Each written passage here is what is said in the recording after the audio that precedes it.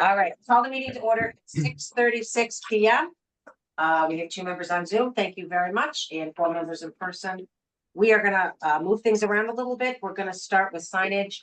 Doug is just getting off the train, so he'll be here momentarily. So Ellen, if you want to talk about the signs you have, which I think are great, by the way.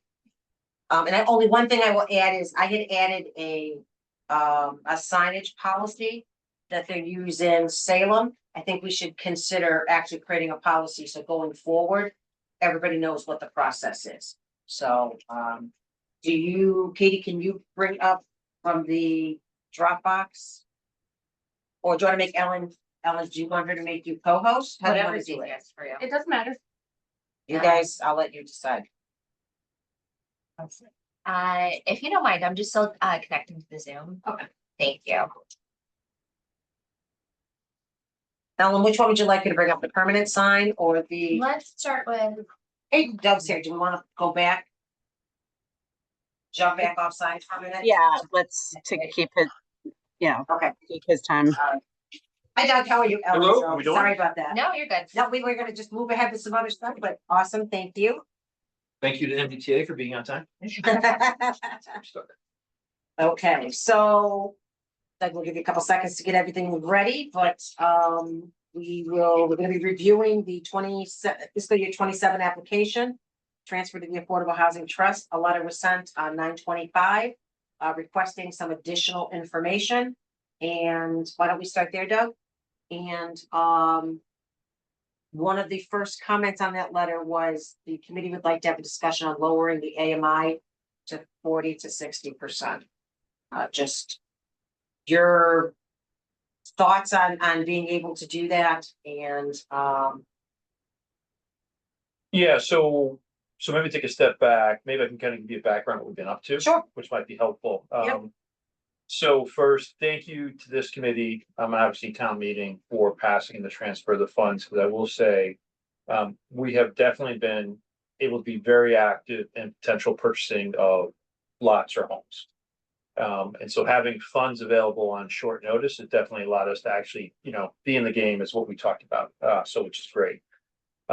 We probably have chased 3 or 4 properties over the last year, have not been successful. I can go into more details of, some of that, right? Yeah. We've also been approached now by at least 3 existing residents looking to sell their home to the Affordable Housing Trust. I would say of the 3 homes offered, 2 of them were just big enough for the homes themselves. And again, as we talked about, the trust wasn't really looking to simply just buy a single home. Yeah. And no one's offering to donate it. They're also looking for, money.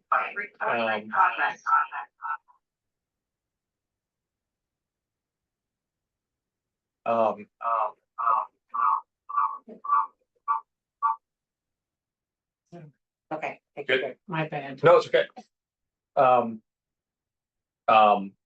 So I think the trust having funds has achieved 2 things, which is 1, to be competitive in the market, and 2 is actually really opened up, folks in Southborough who, actually, have been looking at this. Maybe I can get back a little bit, but still get some money from my home. And so I think that's been, just really good progress from where we stood before, which was just, the timeframes we'd have to act in just weren't compatible with town meeting. So anyway, so that's just for the background. I think also as a committee, we have definitely started to discuss more about, what type of project we want to do, right? And again, more than a single family home, but we're also not looking to do something that's big like a Chapter 40B project either. I also think the trust has been talking much more about 55 plus affordable housing, and townhome style type affordable housing. And more just to give you a sense of what in our meetings are public, right, type of thing, but this is the kind of stuff that we've been talking about internally. So anyways, so that just kind of gives you a background there. And then specifically, I'll get back to the first question. Totally right? fine, go ahead. Thank you. But specifically, we were actually, the reason why we had a rushed application is that we have definitely found that it's very expensive prospects, right? And so any one of these smaller projects, even if it was only 3 or 4 units, would quickly tap out our funds pretty quickly, right? So we were chasing a property that had 3 acres associated with it that were unimproved. But we were finding even to acquire something like that would take quite a bit of funds, right? So I think that's where, so when we made this request originally, just, call it a month ago, was more related to that project. We have not been able to come to terms with the homeowner. So when I say that, we don't have more information about a specific project, because what we thought we were chasing has now just, disappeared. So I think it's gonna kind of modify our request to you, which we probably revise it to say, it's definitely a lot more expensive than we thought. But we also do know this board still wants funds available for itself in case somebody else shows up, right?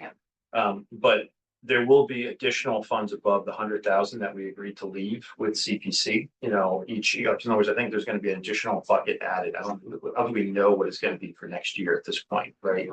So last year was 50,000. I mean, should be consistent, but it's not clear. So I think the committee would like to discuss with you guys about modifying the application to basically request any funds over 100,000 be conveyed from CPC to the Affordable Housing Trust. So you guys still have the 100, right? Or again, if there's a inflation index too, that the 100 goes to a little bit higher, that's fine from our perspective. Because we definitely are feeling that we're going to need the funds no matter what happens, just given our experience. So anyways, but that's kind of specifically the thought process that we have today. We have not spent, we haven't spent a lot of time talking about AMI yet amongst the committee, right?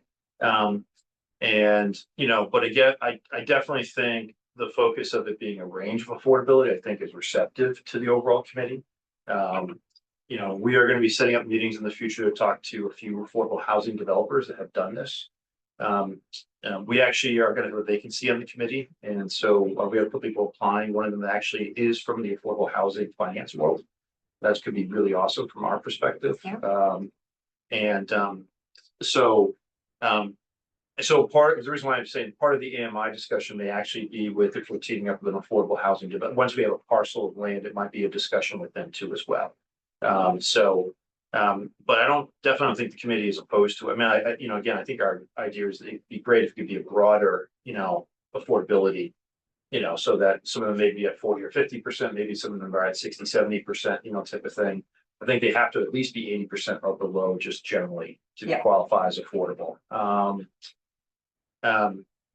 So I would say that's kind of the quick update, or just the general overview update that we've had, and happy to answer more specific questions. I'll tell you where else we're up to separate of that, but specifically, the funds have been very meaningful for us to actually even be having discussions with folks. And I would tell you the cadence is definitely, like we discussed before, it's quick, right? I mean, usually, we end up having meetings with them because something will come on the market or start to be discussed with us. They're not looking to wait a month for feedback, right? I mean, we're literally, posting meetings with a week notice just to have a discussion about it and to see if we can be in the game. So again, I think that, so having the funds has achieved at least the goal of us being competitive, but we haven't quite found the right, well, if we found we thought was the right parcel, we haven't been able to come to terms. Or we found a parcel that might be terms, but not the right parcel for us. Like, it'd just be a single unit, so. But I'll pause. So I was the one that brought up the AMI Yep. for the, and I'll just expand on it for just two seconds. I'll get on my soapbox if everyone doesn't mind. I feel really strongly about this. The example I always use is, there's a mother out there somewhere, a single mom that's working her butt off, whether she works in maybe a grocery store or whatever, doing whatever to provide the best that she can for her kids. Southborough is an incredible community with incredible opportunities. And I look at that mom, and with the AMI at 80%, she doesn't qualify.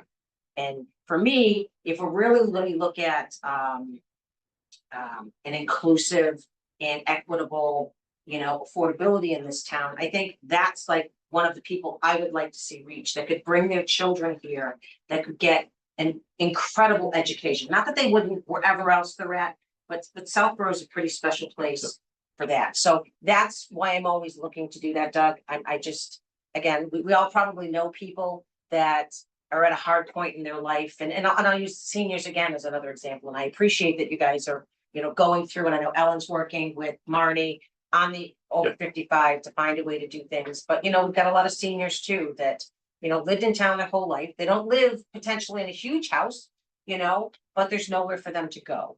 And, so, we have a lot of over $700,000 over 55s. And I'll be honest with you, personally, I have no interest in that. I think we have Yeah. enough of that. It's truly much lower. So that's where the AMI, where I was coming from on that. Maybe that's not the right way to go, but there's got to be some way to find a formula that, truly helps somebody in need, not just maybe even a young family, that doesn't, necessarily have college degrees and whatnot behind them. But, I think, again, it's equitable. I think the ADU is going to help with that potentially. But again, I think from the affordability piece, my soapbox, Yeah. I'd Well- love to see something more. The good news is that I think the Affordable Housing Trust has simply a cap of 80%, but there's no lower range, right? So, I mean, as we do developments, we definitely consider lower AMIs, right, as part of that. So, Yeah. but if we had 10 units, just a random number, right? Not, Yeah. but, we can work with the affordable housing developer and say, half of them may be at the 80%, right? And the others may be at a lower range. But economics do come into play, right? So, because if we do a for sale product, it means, as you lower the AMI, less revenue comes in, right? But I do think, I think not just in South, but other towns, there's definitely a trend, definitely in Boston, where they're looking for a range of AMIs, right? Yeah.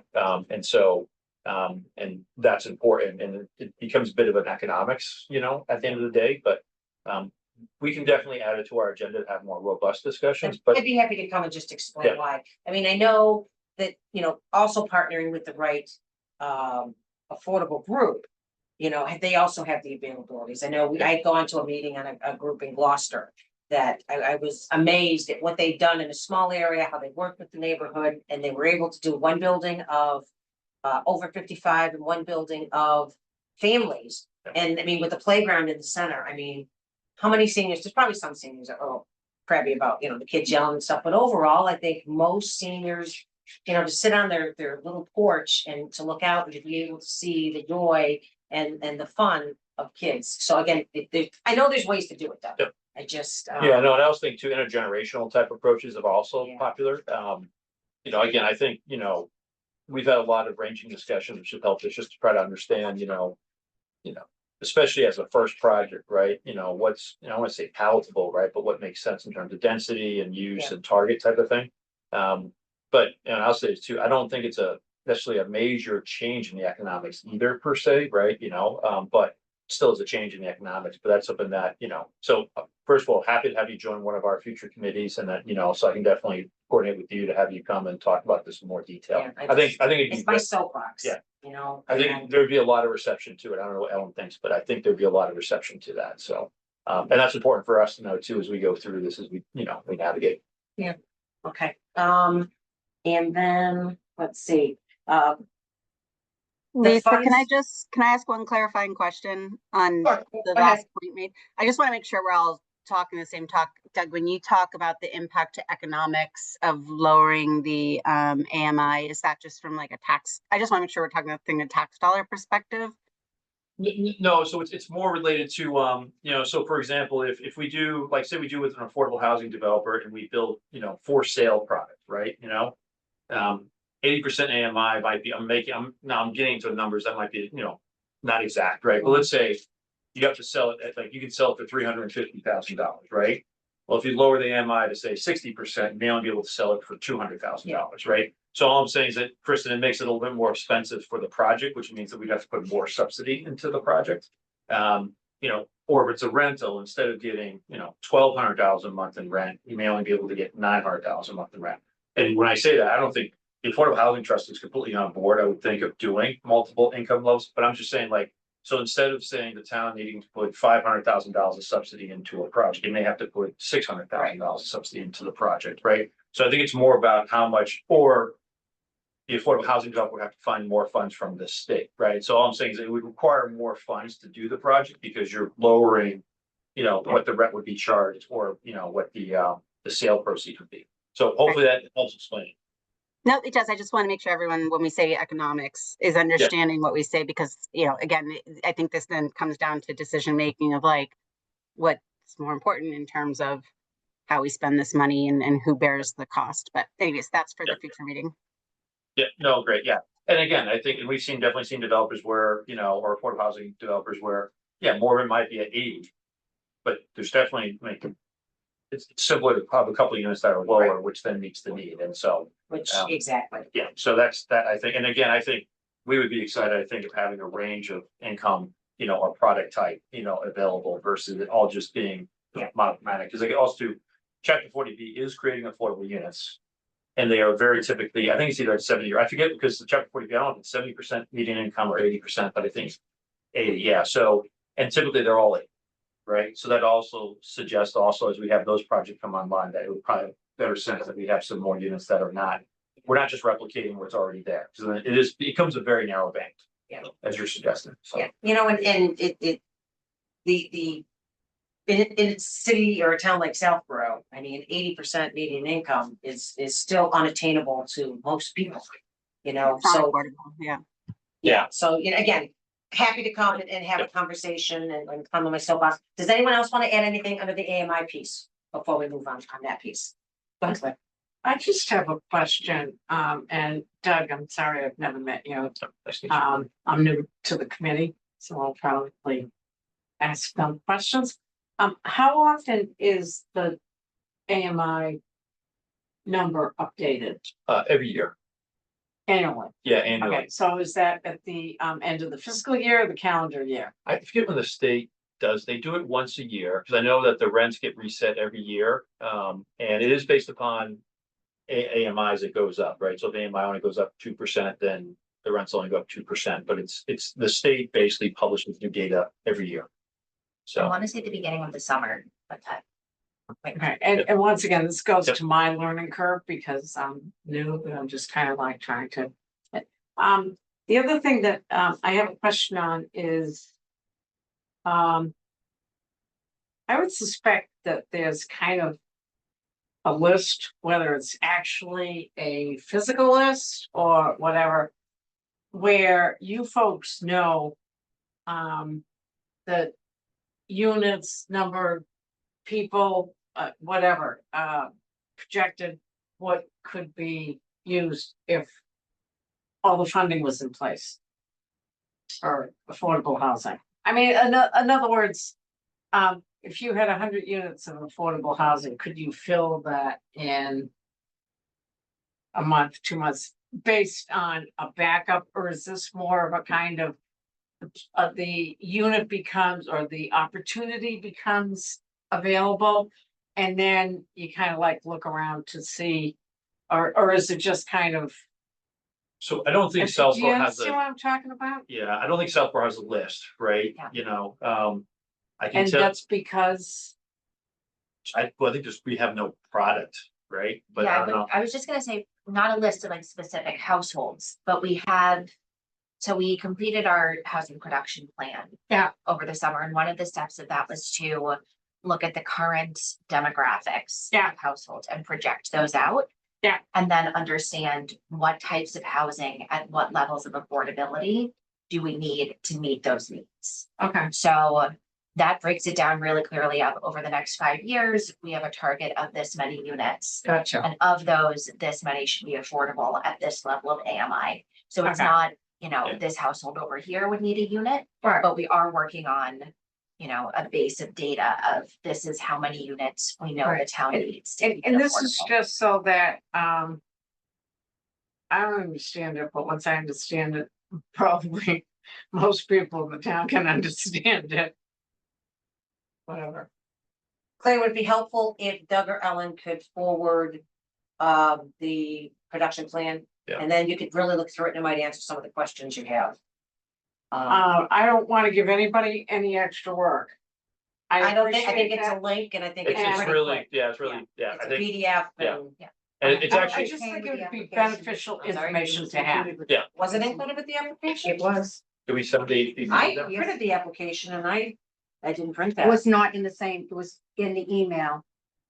But we can re-forward it still. Yep. So Yeah, well, you have it. if you could Okay, forward thank it to me, I'll put it in a Dropbox. How's Yeah, that? it's also great too, because I think it gives separate of this request, I mean, as was already mentioned, we're working with the planning board, lifting the cap 55+ units, there's a lot of other stuff in there that just, sort of gives you a good sense of how we're looking at housing production, particularly affordable housing, but as Ellen said, there's some really good data in there. My gut instinct is that, even with what they're suggesting that we need to, create for affordable over the next 5 years, which is not necessarily big, there's probably much more demand Yeah. than what's in there. Oh, absolutely, Yeah. absolutely. I know So- there's like the list, like for the housing authority, and it's years long. Oh, So if you got on the list today, it could be years Yeah. before you get a phone call. Right, yeah, So the need is there. thank you. Yep. Okay. Kristen, do you have anything further on the AMI? Okay, Grant? Nope, thanks. Okay, so one of the other questions we had, Doug, was, and I know, sorry, Freddie, did you have anything else? I apologize, I should have.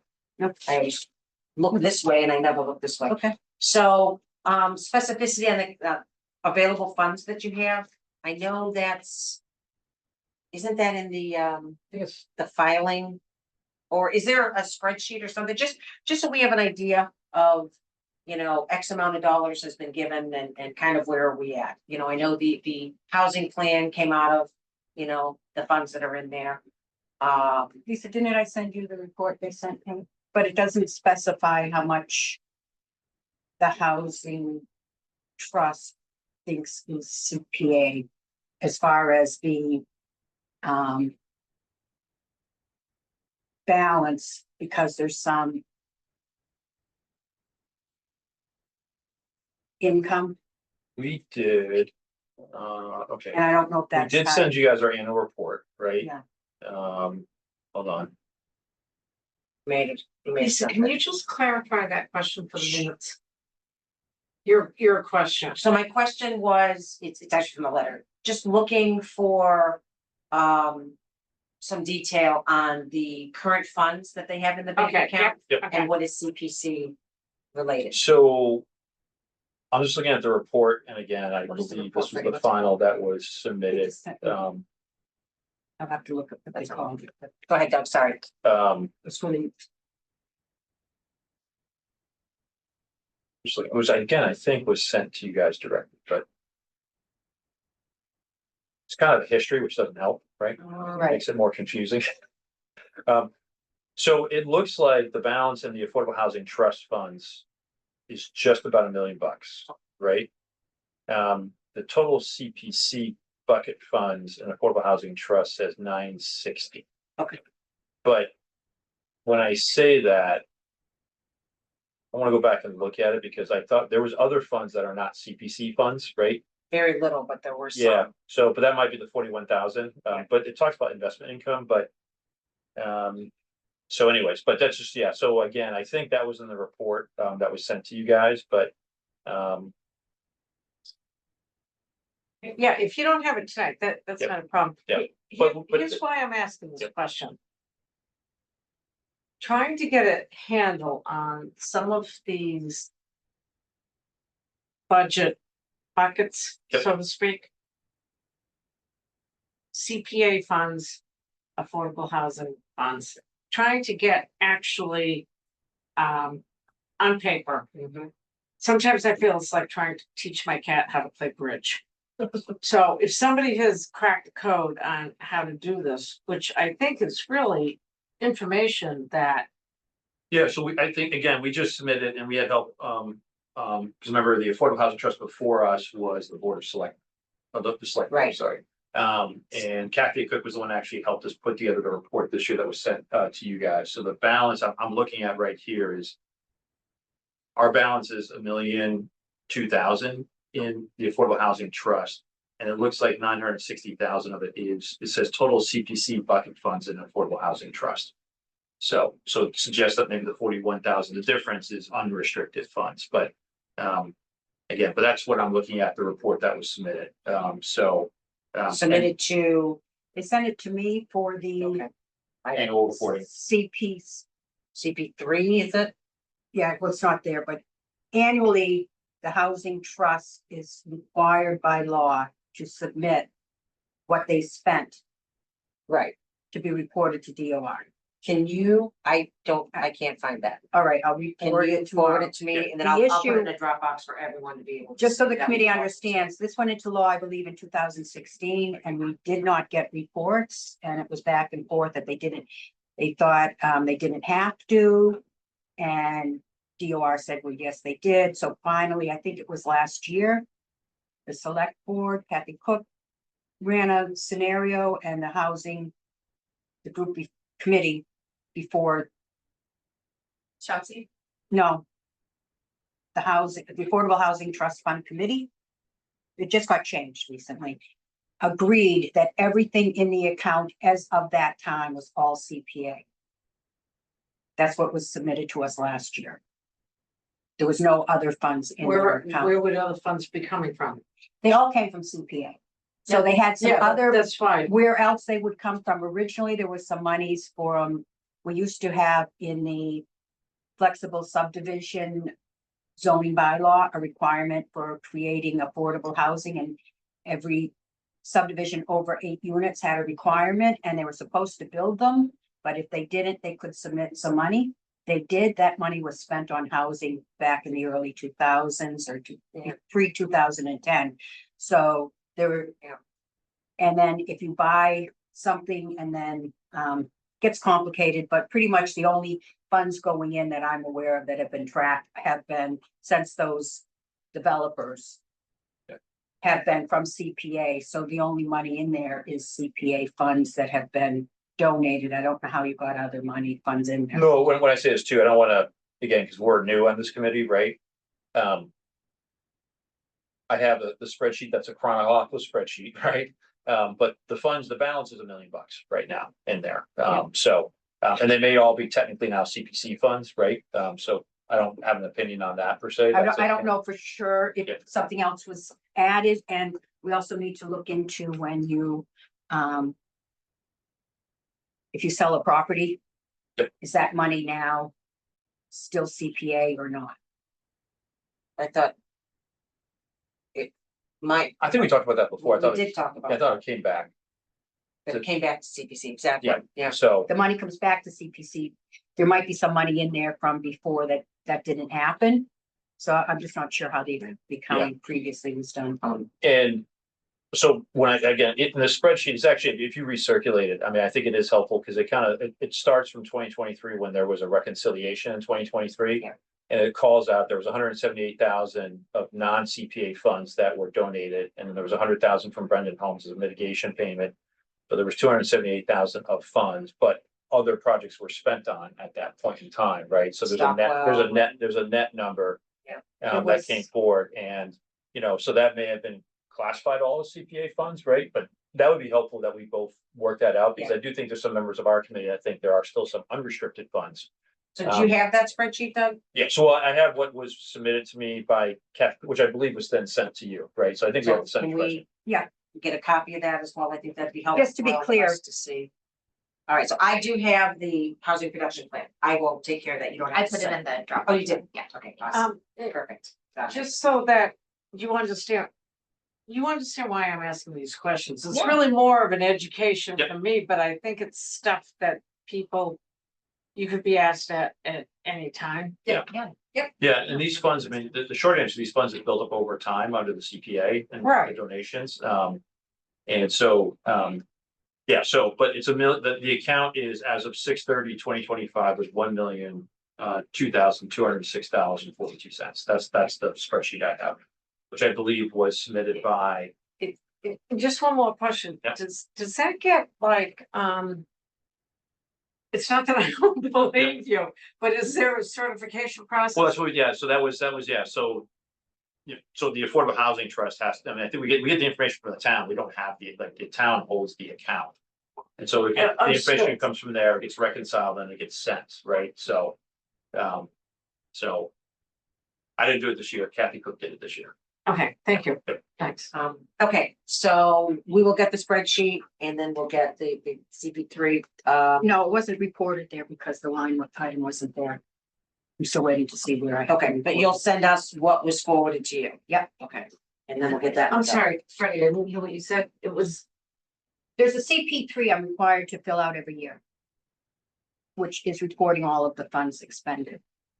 And in that report, if the Affordable Housing Trust, if we, the money, I don't know how to make this clear. If the money is transferred to the Affordable Housing Trust, that gets reported. Because that's what, or if they came and said, we want to build something, that would be reported as a project. But all that was reported this year is the transfer. Additionally, we're supposed to report, they're legally required to report to us any expenditures. And I believe the only thing this year was the housing production plan. Correct, yeah, Okay. there was no other Okay. expenditures. So they didn't spend anything besides the housing production plan. There was no place to enter that because it's not a project that the CPC funded. It was funded out of theirs. And I think they changed, the government changed the reporting plan. I'm still waiting to hear back if there's some other place I need to report that. But they are required to supply it to the CPC. Not the housing production plan was an expensive plan, but some of those invoices were post 6/30/2025 too as well. So, okay, so is that understandable? They have to report to us what they Freddie. spent. Sorry, I didn't mean to cut you off. Freddie, when you submit the CP3 form annually, would it be possible for the committee to get a copy of that? It's all done online. It's exactly what's in the, you can look at it after, it's the government. You can look at what's reported in the coalition's database. But basically it's everything, it's just keying in what's on our town warrant. so can you send us the link when you do that? So we No. know where to go? This, sorry, not to the DOR website. It's a password protected, you key it in and then it's gone. I don't even get a receipt that I've. So So you can't request that record, or can you? but didn't you just even get it on the Does coalition? Carla have that Website? information? Let me see if I can find out how to get it printed out. Okay, And nobody's looked at this before. I just think I know we've referenced it a lot. And I think it would be useful, at least for me, to see what it goes into that, the reporting for that, and okay. so if that's possible. No one's ever asked before, so I'll look into it. It Okay. has, I get a report that it's been done and then the report shows up on the coalition's database. Okay. Under just statewide CPA reports? Sorry. I just go into where our projects by town. But I can look and see from DOR if there's a place to get the actual report. Thank you. You confused, Claire? Sorry, did I not explain it or?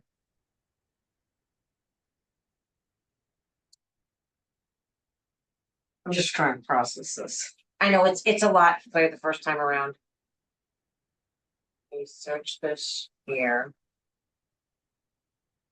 Yeah, we can do that offline. Lisa, I just Yeah. yeah, thanks. Absolutely. Okay. Brant, maybe you can train me. I'd be happy to speak offline, Claire.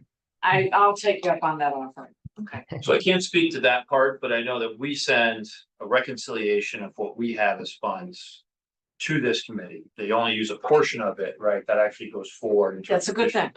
Yeah, Okay. so, but that's something that can be, I should think, shared with the whole committee, so you can see what we submitted to you guys, which just shows you what's in the account. That'd be helpful. So we need the spreadsheet from Kathy and then the document that you sent to Yeah. Freddie as well. Yeah, I'm sorry, I thought it had been CC to you, Yeah. Lisa.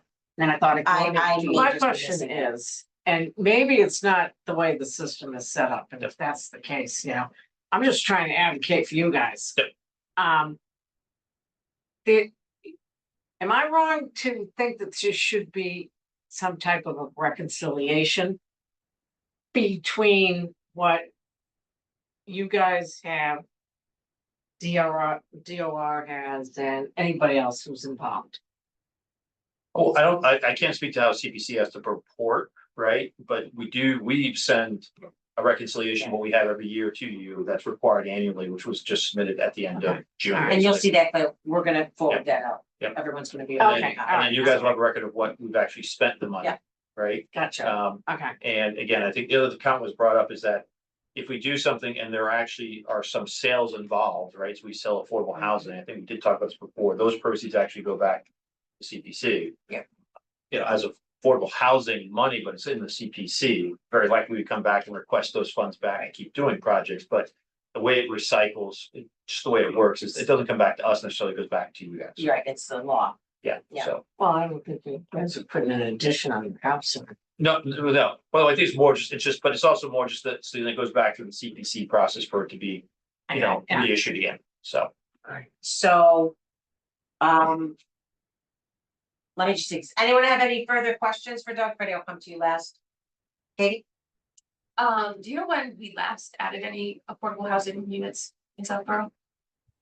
Stockwell probably. Stockwell probably, We and bought then, it back. We put it out, if you don't. yeah, go please. I was on the board then. Yep. So what happened on Stockwell Lane was, it was an affordable unit. The town has the right of first refusal, came to the town, we said.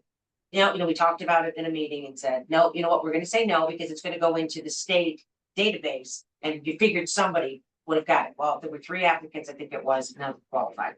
So then it was like, homeowner in turn could then sell the unit at market value. They would just cut the difference to the town, but we negotiated to be able to buy the unit back at an affordable rate and turn around, and we flipped it relatively quickly. We had to do some minor work to it. Okay. But I think, yeah, that was probably the last time, and Yeah. that's why we bought it. We could have done it under the right of first refusal, but who would have thought that it would have gone in the state's database and no one would have been qualified, so.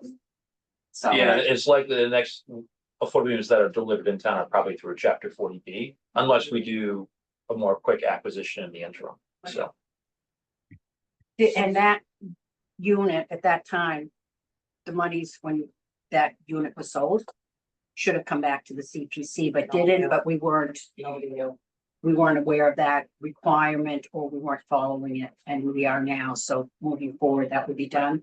But originally, with CPA funds and some builder funds, we built a home on Gilmore, and then we Bought restored, bought and Parkerville. restored Parkerville, working with the Assabet. Assabet, yes. So there were 2 homes built with CPA money, but that was in the early two That was a thousands. long time ago. And that's where I believe Yeah. all the It's builder the money house right got across from the corner of used. Wildwood. Yeah, Assabet rebuilt that. Oh, that's good. Okay, so it's been a while and I know the need Yes. Yep. is there, so. Okay, Yep. yeah, so I support your. Claire, any further questions? Do I have any? Yeah. I could keep going, but that's okay. Thank you very much. We'll move on. Okay, Grant, do you have any further questions at this point? Yeah, I just have a couple. Sure. Hi Doug, thanks for coming. One that came up, I think this should just be a simple fix with the revision to the application is just getting a definitive cost. I think the application says up to 50,000. So I think for our purposes, we just want to say, 50,000 or what the actual request is. And then Yeah. go ahead. No, I was gonna say, I think the simplest way might be to do it, because we don't know the amount yet, right? Might be, Yeah. the funds that are over 100,000, right? The excess funds, but that's a question for you guys too as well. Because it was, let's say it's only 40,000 transferred, well, then that would drop what you have from 100 to a 90. I think what we're just saying is, I think we all agree that this committee should have a bucket of funds, which was the 100 last time, in case somebody else shows up. So all we're really asking for is if we get the allocation and it's 30,000, 40,000, or 50,000, we would just take what's over the 100. And so, but we Oh, I don't think see. we're gonna do that. Yeah, but I don't think we're gonna do that for a period of time, right? So I think that's the way we would phrase it, and then once we know the number, we can then finalize it together. When will we know the number, Freddie? I'm hoping for your November meeting that I'll have So a Yeah. draft budget. It won't be exact because it'll be close. Yeah. it's mostly with the uncertainty around state match. Yep. And I'm Yeah. trying to get those numbers. And what we'll do too, Doug, Grant, just give me 1 second, sorry, I should have said this earlier, is we're going to resend an application out to you in a Word document. Yes. So you can incorporate everything into one instead of having this extra page. That'd be awesome. Yeah, Katie volunteered to do that. She's awesome. No, totally fine. So at some point, we'll be doing that, hopefully before our November 19th meeting. We'll get that to you guys. I imagine it's just a cut and paste, and it just makes the application cleaner as we move forward. So, all right, Grant, sorry, I didn't mean to interrupt. Oh, no, you're fine. Thanks, Doug, for clarifying that. I think I had missed that in your first go round. Just for reference, I did go back and look at the 20, well, I don't think it's the official version, but kind of rough draft version of our budgets for 23 or I guess it'd be FY 24 and FY 25. And the housing set aside in each of those years was around 51 and 54,000 respectively. So I think you're probably going to be, well, we don't know exactly, right? But close to the mark in previous years, at least on that number. We can get into this later, but I think we spent a lot of time going through the warrant articles last year, and there's some language in there. I think I'd like to move forward with this, but would like to see included as well. One of the ones I'd like to just bring up on that was I believe there was written reporting requirements every 6 months as part of the town meeting warrant article that passed at annual town meeting. So would just want to see that included going forward as well in this supplemental round. But I think it's a reasonable request and look forward to moving forward on it. No, Grant, that's good, because actually I was thinking about the bullet point, because they actually put the bullet points in the application that we had spent a lot of time going over with them as well, so. Yeah, I Okay, think the idea was just to replicate what we had last time, so. Yeah. If there's something missing, we'll double check, but Yeah, great, thank you. thank you, Grant. Chris, did you have anything further? In That's general, on the application or in regards to any specific point, I do have some comments, but Then now's the time, at least here, Okay. we're doing the technical review, so, well, not technical, but I was the gonna say, initial technical review I'll hold back, but this is more for, I guess, feedback from the community. Yeah. So, I'm trying to think of, so last year, and unfortunately, we don't have I don't know if you guys recall, but when we were in talking about your warrant article, we had a recording problem. And so we sadly don't have most of the discussion that we had with you because of a technical issue. But at the time, there was a lot of focus on you not having a specific project and trust issues with the community, specifically around what happened, previously at Atwood Street. I guess before I get into my line of, you know where I'm going with this, but before I get into the question, let me back up. You mentioned that there was 4 projects that the Affordable Housing Trust looked into, but then sounds like didn't pan out. Could you go into detail on those or provide some more? Yeah, not necessarily giving a specific address. I mean, again, we are releasing our executive session meeting minutes, right, shortly on some of these. But I can give you one. One was a home owned by an older gentleman. Really wouldn't be able to be much more than a single family home and maybe an ADU attached to it. And also the gentleman wanted to stay in the home for until he couldn't be in the home. Yeah. And logistically it became challenging because technically he could qualify for being an affordable resident, right? But we'd be expending a bunch of funds and then not achieving a project, right? Just to give you an example of one that was complex there. A second one was a parcel of land that could have been more than one single family home. It was someone had bought it and was trying to upgrade it and flip it, and then didn't quite work out. So it was kind of a rush sale. We as a community were talking about it would require a variance, right, for a second lot. And to be honest, there's a lot of desire to do something really quick, but I don't think the consensus of the board was the first thing we're going to come out is ask for a variance, for that type of thing. So that was the second project we looked at. A third one was a small home. Probably could have been something we could acquire for less than 400,000, but it would just be one home, right? And so the idea was, well, we're going to use half our funds, and we could sell it, right? But we'd still be spending $250,000 to $300,000 net on a new, affordable unit, which was okay.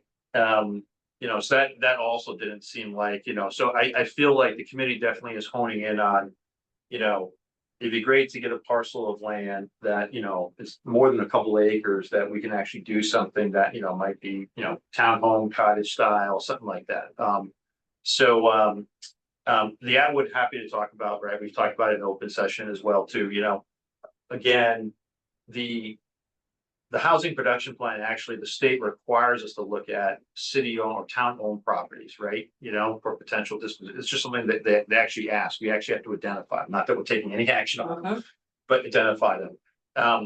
And, you know, the water tower site is specifically one that's been talked about, right?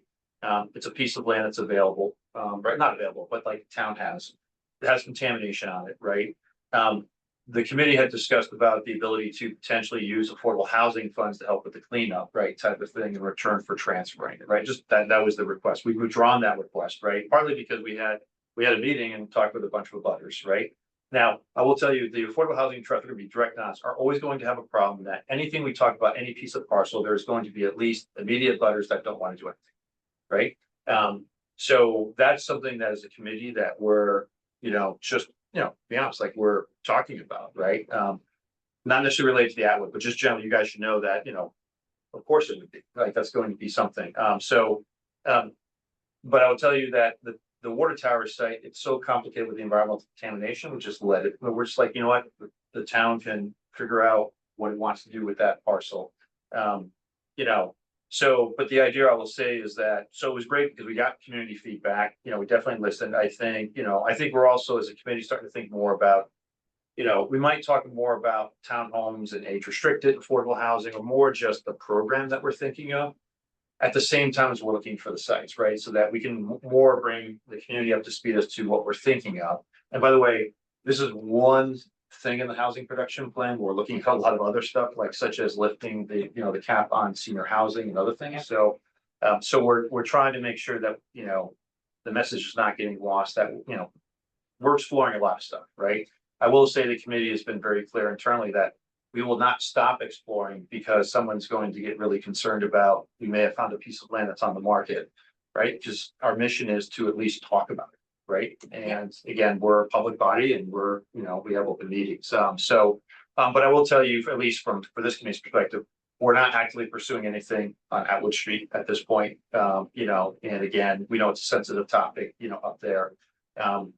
But part of it was, again, brainstorming, and we will definitely continue to brainstorm, in open session, and so that people can hear it and so that they understand, eventually, yeah, we might find a great site that's not next to anything.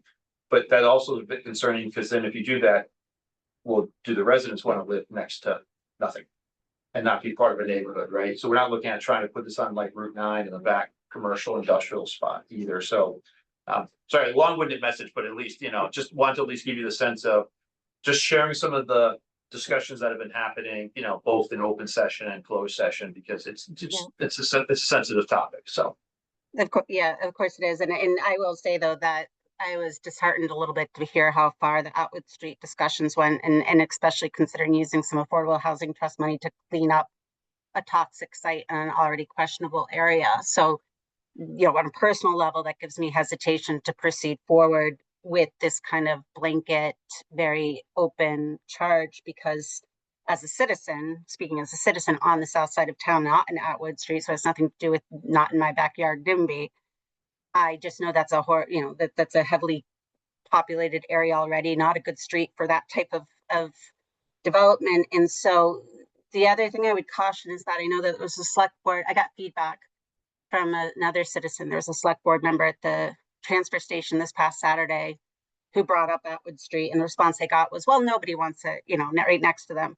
I think there's a little bit of hypocrisy in that answer, and saying that to someone who lives on like Atwood Street on the south side, where obviously our population density is already pretty high in many neighborhoods. So I would proceed with caution with that argument that people just don't want it in their backyard. Like I think there's other factors as well, including the street, the density, the safety, etc. So that's just, one piece of feedback that I got from a citizen.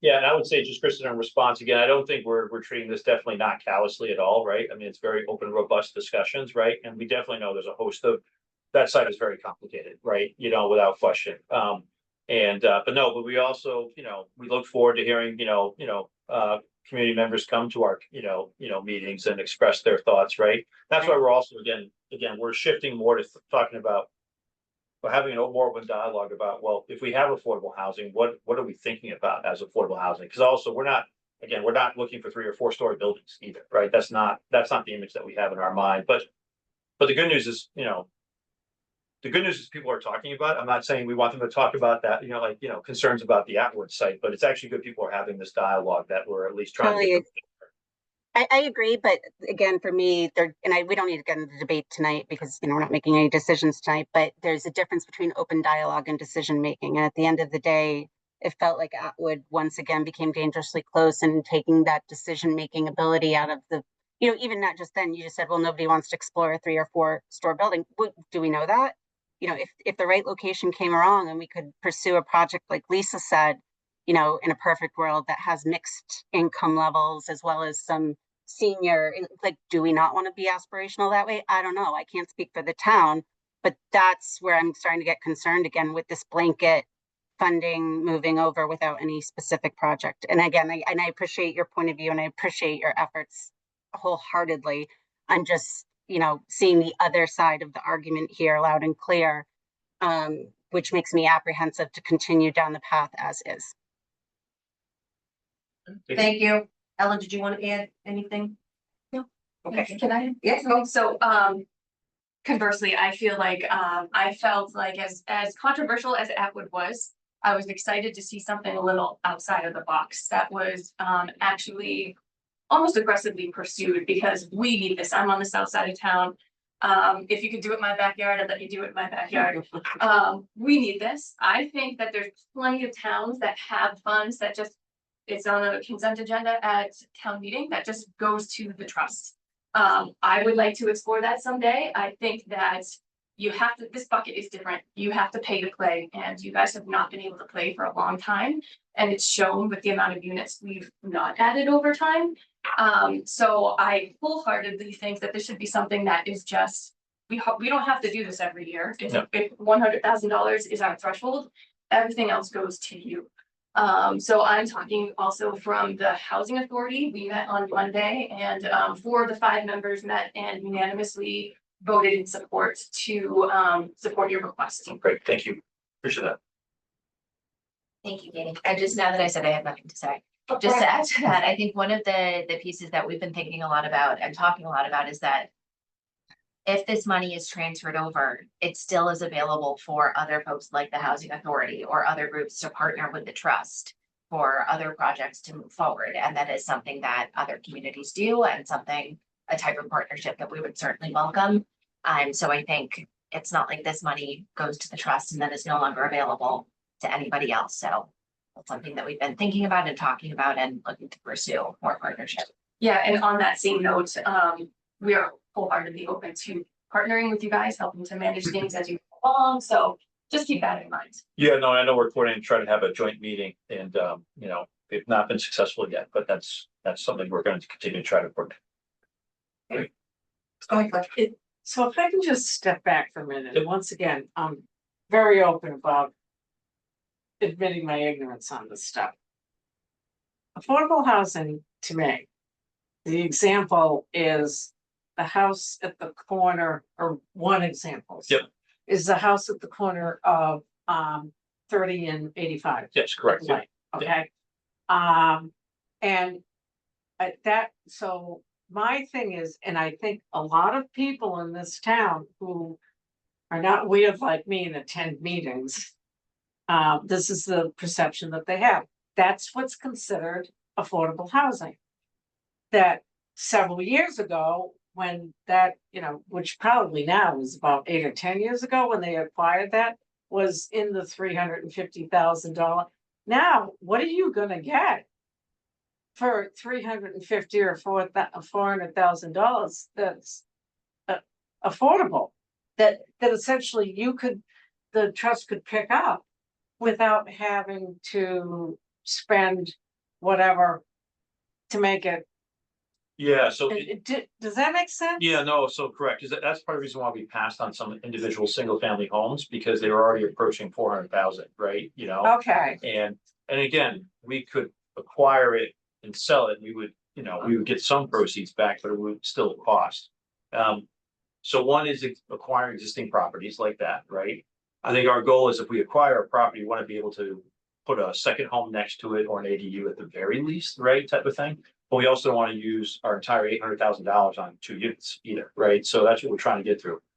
That is one option, right? And again, who's to say that we don't get lucky and you know, an old home that was converted into 3 apartments that no one touched in 40 years comes up, and that's Right. like 400 total, but we can team up with Habitat for Humanity or somebody else and like, you know, so the good news is that now we're at least primed to find those options. The other option is to get a hold of a piece of land that, you know, we actually don't do any, like, you know, as we go find an affordable housing developer. Affordable housing developers have the ability to get state and federal tax credits, right, or other Gotcha. funds. And so we could actually leverage funds. So we may end up giving, again, but we may end up giving 500,000 or 600,000 to the development, right, from affordable housing funds, but they might be able to create 5, 6, 10 units, Well, right? yeah, 12. And, you know, and going back to Kristen's comment too, you know, depending on the part of town, it might be a 2 or 3 story building per se, you know, not, cottages or something like that, right? And so one of the things we're doing over this, you know, the next few months is we're going to start reaching out. We did this at Shopsy, you know, before, but to talk to a few affordable housing developers. Now, the one thing we found is that affordable housing developers sometimes they don't want to do it Yeah, for 2. They don't want to do it for 2 or 3 units, right? Because they still have to do it. You know, they're trying to run a business, even though it's an affordable business. So they're trying to get 15, 20 plus units, right? Yeah. So that's the other, you know, balance that we have. There's a range of approaches, but you're absolutely correct. Like right now, you know, we'd have to find something that's such a deplorable condition, right? Or is almost like a gift too, right? So again, this goes back to where we're excited. People are talking like we've gotten several email inquiries, right? But we're just trying to find the right circumstance too, because the important, even something that's not in great shape, Right. you could probably sell tomorrow for $500,000. And so that's the part where, you know, Gotcha. we're good getting into, so. Yeah. Hey, do we have anybody in the audience? Just curious. We have one. But no hands up. No hands up. Okay. Ready, did you want to add anything to? No, I'll reach out to, Doug Suffolk. Okay. On CPC role. Okay. Grant has his hand up. Oh, great. Oh, thank you. Oh, yeah, this isn't a question for Doug, but just for you, Lisa, or the committee. Are we gonna be taking a vote, I guess, tonight or soon about project eligibility? On this or the other applications? So I think, Grant, the intent was to do it on the 19th, because we've asked for a lot of additional information as well. So, The 19th is, oh, you mean at our next meeting? Okay, yes, November 19th, okay, because I think we'll have more complete. I know we gave like recreation, a ton of stuff to you know, on their plate to come back with, and they're gonna do that before the 19th. okay, So, thank you. okay. Going forward, I don't know if we want to consider this, but I think we had said the October 10th for a deadline, so if that turned out to Yeah. be not feasible, maybe we want to push that out a bit. Yeah, you know, I mean, we could do it tonight, but it's not on the agenda. Yeah, So, I mean, yeah, we certainly could have, Grant. We probably should have done it sooner. okay, But we missed a meeting and then we did catch-up meeting and then we wanted to make sure we did this one too, so. Yeah. Yeah, I think we stick with the. After the technical review meeting, I think that's what's in the handbook. So I think we stick with the sooner, but we kind of veered off that due to unforeseen circumstances. I love those Sure. words. Okay. okay, thanks. Thank you. So Doug, we have a few takeaways, you know, we're gonna Yep. get the, Ellen's already put the housing plan in the Dropbox for everybody. We're gonna get more information on the CP3, we're gonna get the spreadsheet and get it to everybody, the one from Kathy Cook. Document, okay, I'm gonna get that from Freddie. We're gonna update the application. Yes, we'll get that to you, before the meeting on the Great. 19th. Yep. I'm just looking at some of the notes here. Can I ask a question for future? I'm not Yep. even sure you can disclose this, but with the 4 projects, you shared, thank you, like the discussions you had.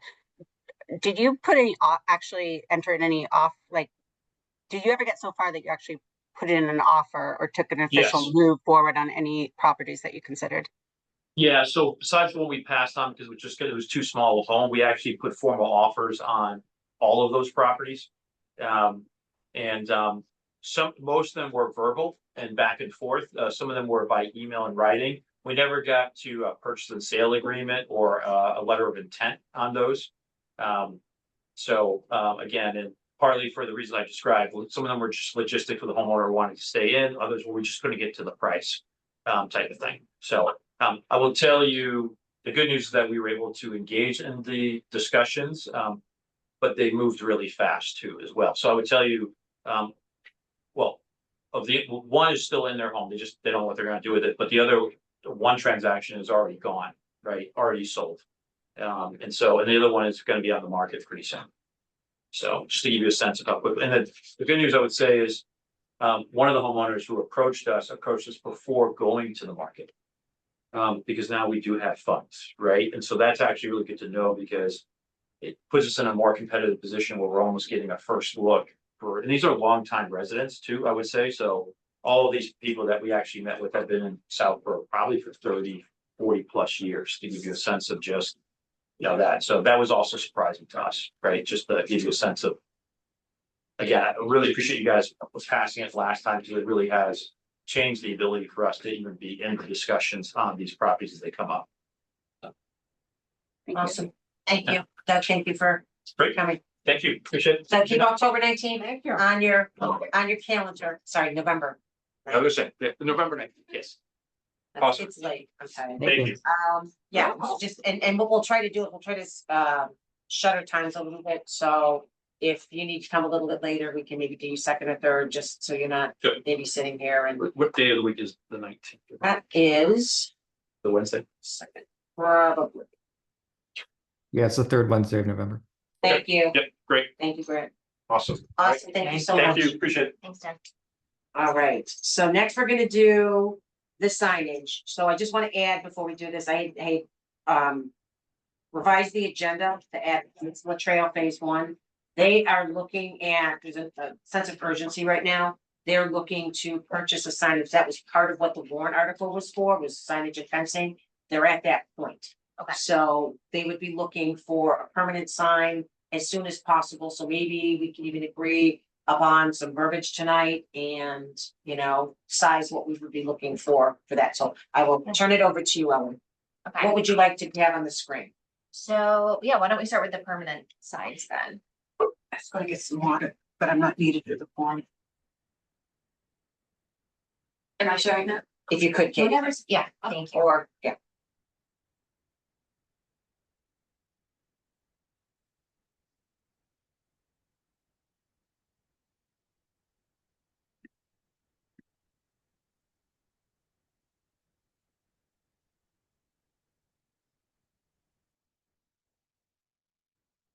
Is it a permanent sign? Yes, please.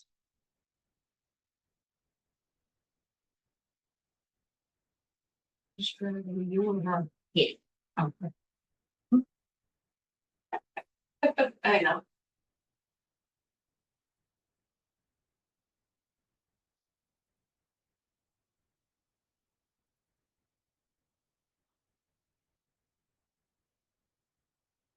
Way too many screens out. Is this what we're looking at? Ooh. That's not pretty. I don't like that Yes. sign. Well, That's personal, but Yeah, that's not pretty at all. yeah. I don't think it's, is it supposed to look like that? it's No. not supposed to look like that. It's the Halloween version. There you go. Yeah, it's like it's on top of each other. That's I can weird. attest, they don't look like that. I have it on my end if you want me to. Oh, wait, share. oh, there we go. Okay. There we go. Yeah, all three of them are there. Go ahead. Perfect, thank you, Katie. Sure.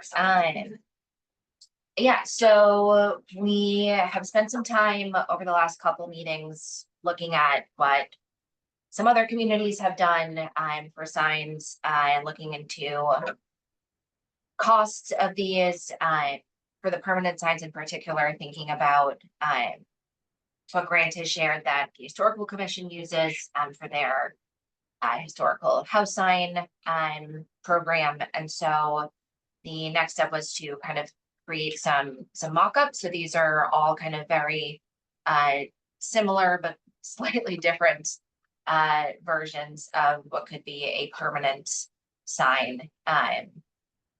yeah, so, you know, very similar wording, but just different sizes of different words. But I think we'd all kind of agreed on phrasing of, you know, funded by the citizens of Southborough through the Community Preservation Act. Yeah, so very open to changes to wording, to font, to colors, but yeah, I think if we can agree on that, we can reach out to potentially Signorama, who it sounds like is who the historical commission uses, and get something ready for at least the trails committee. Should we put a year on, I looked at these before and I liked them, but should we put a year of the project? So like the citizens of Southborough, you know, 2025. Typically, other, Specific. typically other towns that I've looked at, Kristen, don't. I mean, it doesn't mean we can't. But, other towns I've looked at do not. Okay. Yeah, I'm not hung up on it. It was just an We're idea. certainly, like for the trails, you're gonna end up with phase 1 sign and phase 2 Right, sign. right. Yeah, But that's fine. Like, it was just an idea. So for the signage,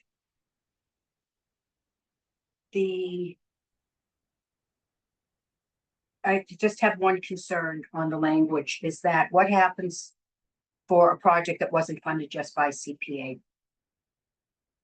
Is there a way to clarify funded in part or, for specifically like for the trails. well, specifically for the trails where recreation and ARPA funds were also included? Is there a different language in that case? I hadn't thought of it till this just came up, and it's not just their project that was not solely funded by CPA. And I think there's value in having it stated just big and proud. The CPA funded it, unless the committee agrees to add in a specific sign and Mass Trails grant and ARPA funding, or do you know, I think there's actual value in having the sign it because it's branding. And you notice that CPA, same sign everywhere. So just something to consider. And if you run into a situation like that, is there a way to modify the language so it doesn't sound like it was only funded? Or funds for this project provide, or some funds for this project Was partially funded. Yeah, I don't Yes, know. it is. On the temporary sign options, I think we did make one that said was funded in part by the citizens of Oh, in Southborough. part. There you go. Yeah, that so I makes think it- we can just. Yes. So you could Add use that. that. Yeah. When that happens, and I don't know that for all of the projects, you're ready to go to ordering signs. The only signs you were ready to order are the in process, because The temporary ones. temporary golf and ones. Recreation. because bigger ones, you need the sign off from the project proponent and the landowner, and you need sign off on size and material for like the library and the townhouse, different from So, other projects. I like adding in part, Ellen, like you Yeah. said. I'll be honest, out of the 3 signs, I particularly like the third one. The last one.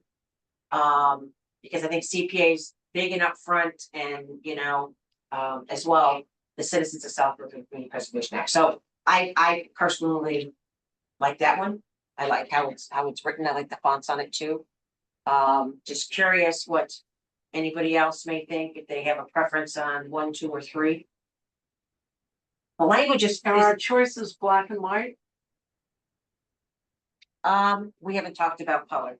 Yes, okay. we can. So I just have a comment. I don't know if everybody knows, the town received a one-stop grant of $30,000 Mhm. to do, well, it's called wayfaring, okay? Yeah. Particularly, it was done through the downtown initiative part of One Stop. The reason that I'm bringing this up, and this was just, I think, probably between the last meeting and this meeting it was only announced like about 2 weeks ago. Okay. While I understand that this is for CPA funds, Mhm. the way this grant works that the town received. And I don't know what the time frame is that you folks are looking for. But just a recommendation that I have. The $30,000, the state assigns you a consultant, a professional consultant that does this stuff. And what they do is they take in a holistic approach of asking everybody, because as you know, and I would find it very, very difficult to vote on a particular sign because somebody else will say, well, we weren't asked about that and it's our tax money, and you can understand all of the comments that you would have. Last week I spoke with Laura Prophet, who is the Economic Development Coordinator for Westboro. And she, while they had a grant, it was actually through ARPA funds, not anything to do with One Stop. But they had a grant, it was in the neighborhood of $25,000 to $30,000. Which she worked on. And I'll tell you, she had a plan put together with everybody in town, committees, whatever, who were going to have. Everybody has a comment, as we all know, okay? They flushed out everything. Here's the reason that I'm bringing this up. If there is no specific time frame, I think that, the way these grants work, it'll kick off January 1st, there's a 1 year time frame. Well, there is on a couple of these clear. So the town wants some of these old projects closed out. That's why we have. The town wants what? Some of these old projects closed out. There's funds that are being held. Okay, yeah, So I think for the few from recreation, we've talked about the golf course, and this for the phase 1 trails, they're actually doing signage now. They are like waiting for us to come up with what we would like for signage. We spoke to Kat yesterday. She needs an answer after this meeting. She needs an one of answer. the things I had mentioned at the last meeting was, does Southborough have any kind of a brand? And nobody really, I got the impression that nobody really knows, I mean, in other words, colors and. But I think that's something we can work towards, Claire, maybe going. Okay. I'm just, for now, again, there's monies tied up that the accounting department and the select board was one of their critiques that they had about CPC was there's old projects, and we went through and these old projects were for signage. Some of these projects go back to, hold on, Oh, okay. like 2017, Claire, so they want to close down. So that's why we were trying to find a consistent sign that we could start doing these things, or like for the golf course, for the irrigation. Right, We want to okay, get yeah, a sign no, up I sooner understand. rather than Yeah. later. So, but I understand your holistic approach in, looking at it as a big broader picture and a potential brand for the town, that there could be some level of consistency. I get that. I just don't know that we have the time now to wait to do that. That's my only concern, because we're gonna get critiqued again. Is there some reason why you could not bring forward the fact that while we were right in the process of closing it out, we got this grant from the state for $30,000? But how To have long a is it gonna professional- be? So if a professional comes in January and starts looking at all these departments, things, what are we realistically looking at? June of next year, potentially, to have our turn to get some signage, and I Well, don't know. that's why I'm saying. Is there some reason why? This committee, understanding that everybody's, hopping around to try to get things closed out, Mhm. to say. We understand that, but we have a golden opportunity now that just came up, that let's do it professionally. Unless you want to do this as a. I mean, anything can be looked at in the future, Claire, but I just think there are certain things that Okay, I just want I to make have- sure that assure. everybody understood that. I don't know how many people knew that the town got the grant. Okay. Well, I will just say for trails, she needs an answer. And again, because we were so far in the process with this tonight, she kind of needs an answer as far as what we're looking And, for, you know, size. They can what choose we're- whether they want to be included or not. I mean, I think, go I ahead. think we should, I understand the rush, but I think, you know, this is gonna be our permanent sign that's gonna be there for 20 or 50 years. We should make sure it's right. I'm not saying it's not right currently, but I guess I don't understand the rush if people aren't happy with these options or whatever. I get trying to close it out, but those projects have been open for a long time and maybe I We're don't being understand the rush. strongly- I think we're being strongly encouraged to close some of these out, that it would behoove us, to do so. Yeah. I do agree with Lisa that this is something we could do moving forward, but some of these, I do think it would be in our best interest to close out. I think it would just be a smoother, easier process, and, I don't know, I think we could have fun with it too, and work with Tricentennial, have a contest on branding, things like that, if we really wanted to get into it. But I do think that simplifying for trails and a few others is probably, in my opinion, the best route to go for tonight. Ellen, your thoughts? I I mean, trails is an immediate concern Yeah. right now. If we miss the vote on this, then again, that's another project that's not gonna get closed out at any point soon, and they're ordering the signs. So we're gonna be an additional sign that they need to have. Yeah, so I'm in favor of moving things forward. I think my question is more process wise is. Are we providing language and or design to trails or to anyone else? And then they order the sign, or are we? You said they're ordering signs right It's now. part of What the are- project. So it's part of the project, It's a so I know requirement. that they're funding it, Correct. but are we getting the signs printed so that they all look the same, or are we providing them with some guidance or file Go or? ahead.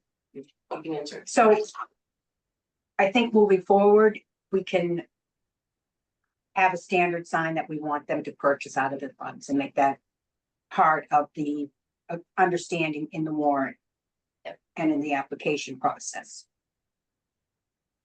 Have that done up front. No need to wait, right? Right now, we have projects where there's not even a committee left, so in that case, it would be this,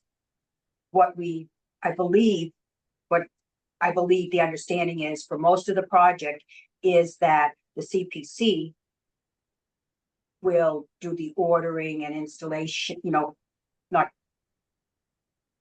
will organize the ordering and installation of the signs for those projects that don't have a committee or somebody in charge left, and see that it's done and take the funding out of the account.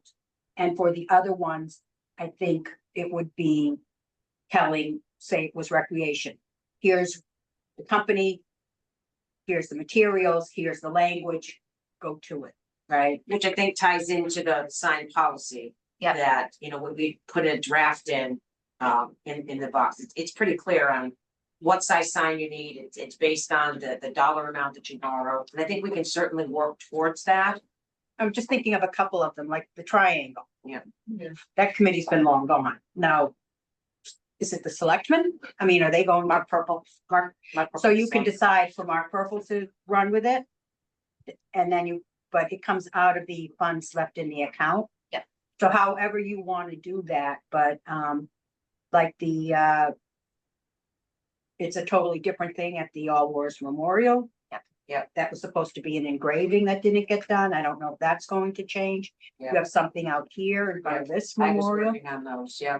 So again, it's different materials and different sizes for different, like you're not gonna put, well, you may not, on a historical townhouse, you might get pushback from, say, the selectmen for a big sign that you may want. So thank you for that. So that makes sense.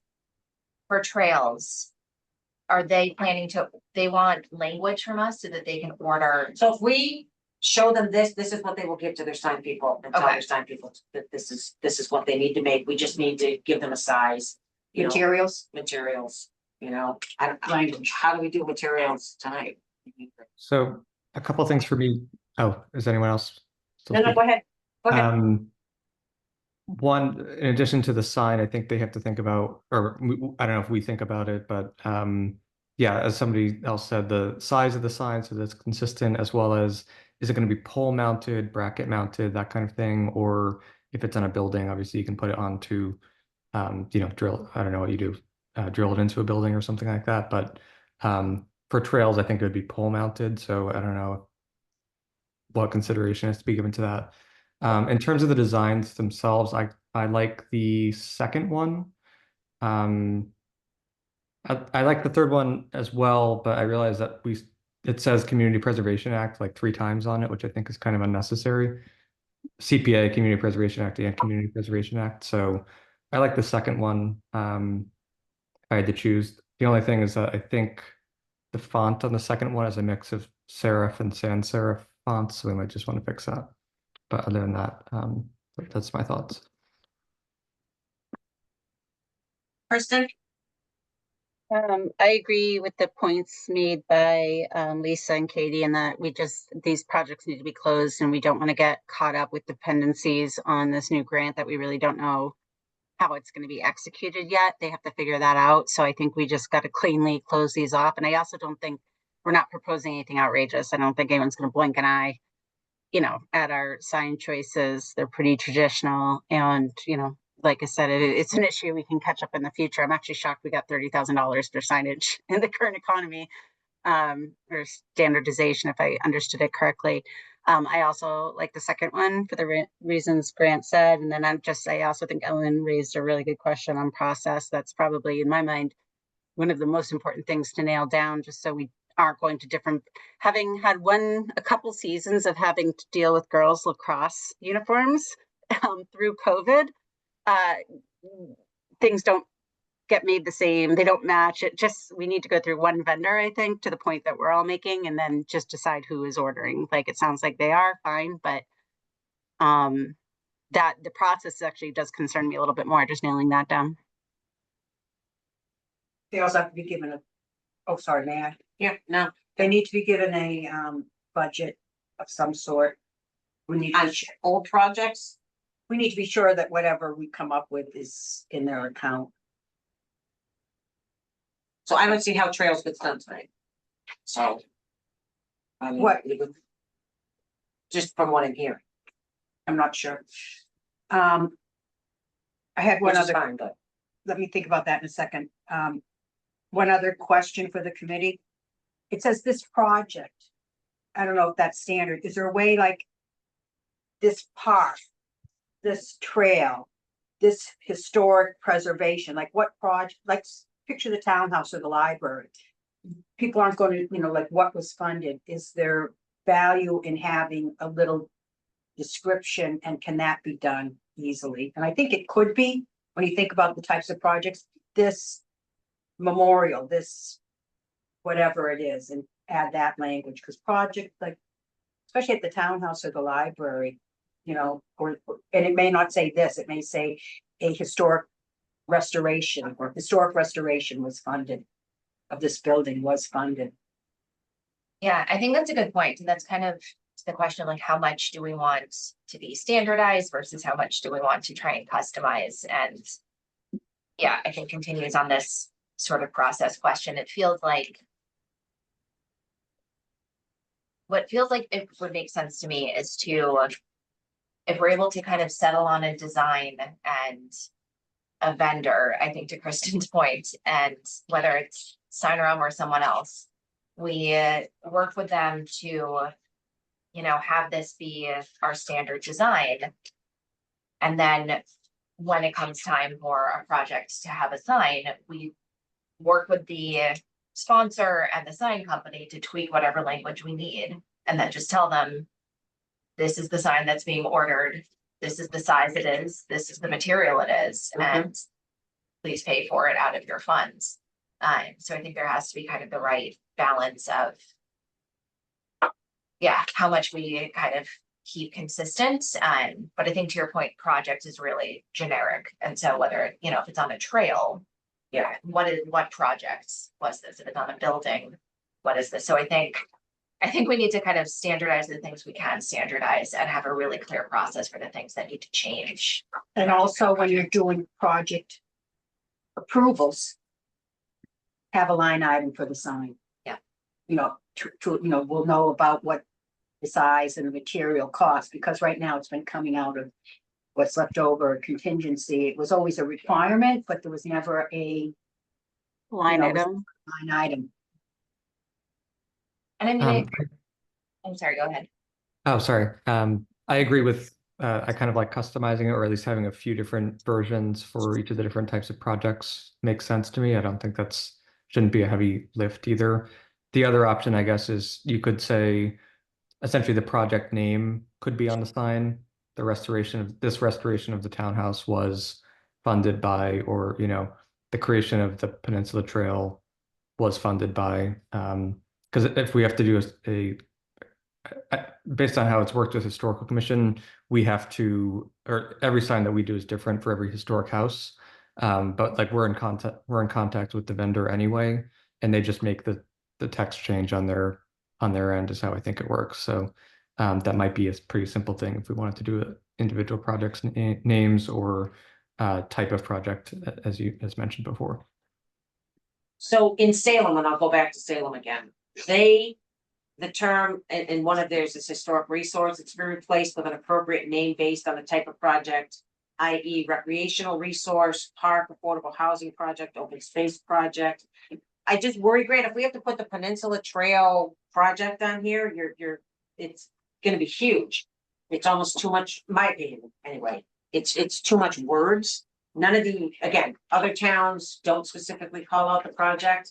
And maybe there are some that are. I don't know.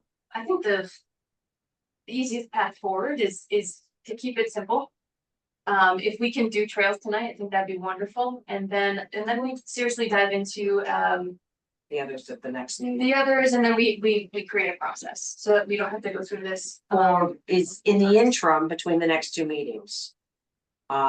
Is anyone willing to create a draft process of how they think that it should go? I think that's always, in my mind anyway, that sometimes that's always the best way to start somewhere and then go forward from there, instead of trying to just sit at a meeting and create something that. Yeah, I I don't know. think that's a great idea, and I'm willing to do that or work with somebody on it.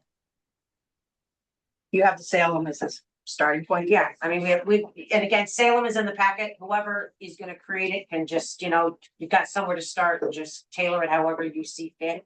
Is that something, Ellen, that maybe you and Kristen can work on That's and great. bring forth to the 19th? And then, so we'll put off the recreation and the golf until the next meeting. And, maybe the process will help come up with. And recreation has those signs that they could temporarily hang if we want. Remember, we've got 5 or 6 signs. And I don't even think we have 5 or 6 projects to put them on. So if that's something we want to do until we figure this all out, I'm sure Not Travis would really. be happy to. Do the signs say I don't remember what the signs even say, Kristen. Talk would help with closing the project. Right, down. it's not gonna help with closing the project out. I think they do actually say CPA, so I think they actually would. So, I'll recirculate them. I think I texted them last time because for some reason I couldn't download them to my phone. So I'll figure out why I couldn't do that, and I'll upload them to the Dropbox, and then. But it's just Okay. something that we can consider. I think we could move forward with those signs temporarily. I mean, we have them, so we could close out the rec projects. well, go ahead. You can't close it out because there's funding needed for the permanent signage. But there's funding in the, She's saying so you could close it out. Oh. So you can't close it out till you spend, but to get the permanent signs. and to have the signs Right. up and Yeah. paid for. Right, if we have signs, so I'll just say this, like, we have signs that could be permanent, like they were left, you know what I mean, like, they don't look like this. If at a later date we want to replace them, I would hate to keep the project open just for the cost of, like, if we decide we want to replace them down the line. That's something we could talk about with recreation. I'm just saying, I don't know what the what's better, close the project or have to pay for signs later if we want them to be consistent? But depending on the sign though, you may be looking at a decent sized cost with no revenue source to pay for them. Yeah, Can I ask, may I ask? Aren't you moving towards finalizing this for all the projects to get it done sooner rather than later? So it's, by the time you get those installed, this committee may be ready to go to print. I was just throwing it out there. I think they could be installed in pretty, like, within a very quick time frame. So if there was some benefit in being able to close those projects, but again, it was just an idea. So Kristen, why don't we hold that until the 19th and see where we get? Okay. If, you know, we don't get anywhere close to being able to order something or it needs to be put off longer, then that might be a great alternative. And if you put those in the Dropbox, I'll create the Dropbox tonight and I'll send out links. So, you know, you can download some stuff into it now. And then, you know, that could be a discussion point for the meeting on the 19th as well. Okay, perfect. Thank you. So back to trails. So is there consistency on sign? 1, 2, or 3? It seems 2 seems to be the sign of choice. Can you scroll through them again? This is 2, right? Yes, this is Yeah. 2. Oh, you wanna see all of them? Just let everyone see them all again. Is that hard? Sorry. Could you have someone walk through each of the sign? Are you volunteering? Yep, so this is the 3rd one that I have. Now that Grant said it, I think his point about CPA being 3 times on that one sign is. I is a- agree. Yeah. Yep, I agree. Yep. So I like 2. We'd have to just change, obviously, this project to It's true. this trail project even, just add in So- trail. See, Katie, if you don't mind giving me screen What? sharing, I should be And able then to partially or what? show it there. Yeah, Funding and by, then do in funding for part this trail by- was- Right, it was funded in part by, is that what you said, Ellen? The funding for this trail was provided. Right, no, this trail project was funded in part, I think Ellen came up with the verbiage for it. I think it was in part by the citizens of Southborough through the Community Preservation Act. Are we able to enable sharing? I thought I gave you oops.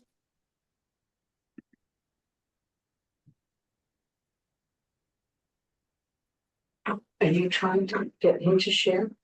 No, Oh. Ellen. Oh. It's not. Did you promote her as panelist? Oh, candles. Let me see. Maybe I can send you this link.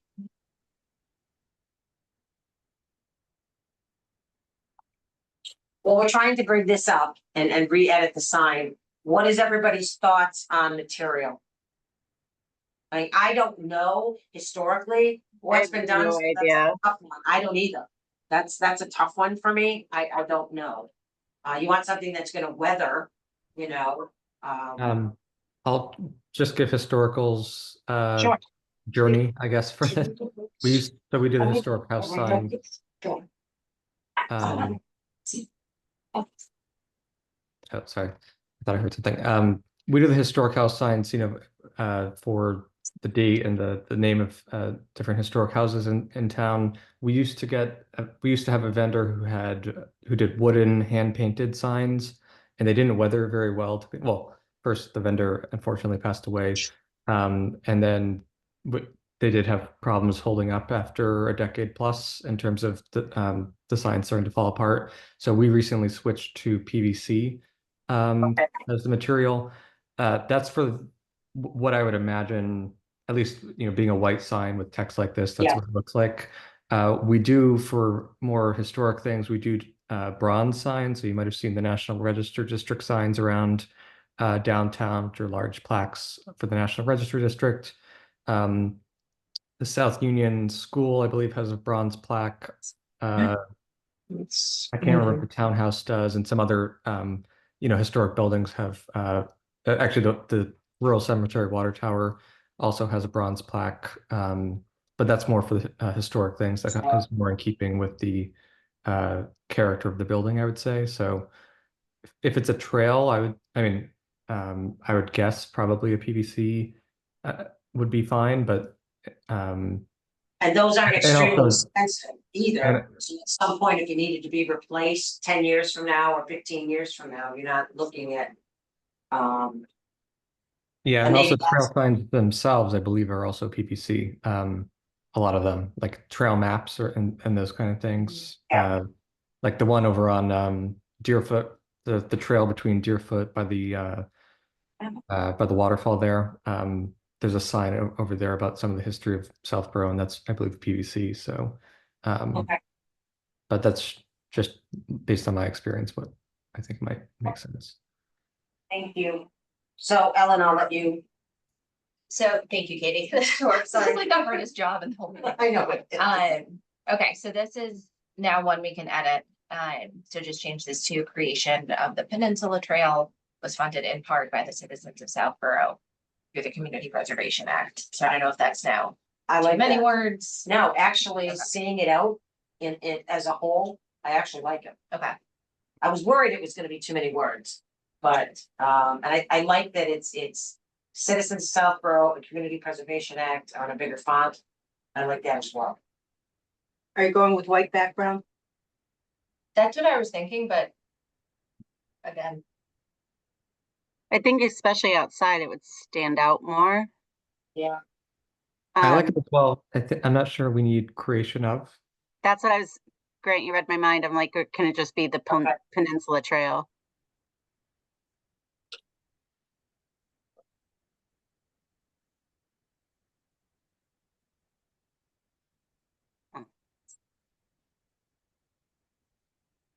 It actually Oh, looked it's- better when it was the creation. It did. It's the peninsula looks like Citizens of Southborough. sure, most of the signs we saw were citizens of, but Yes, that's most of the ones that I've seen as well. Or residents. How about Same just with- this Could we do the Peninsula Trail and then move was funded in part by the, as the second line? So like the peninsula, yeah. What if you just did the trail, this trail?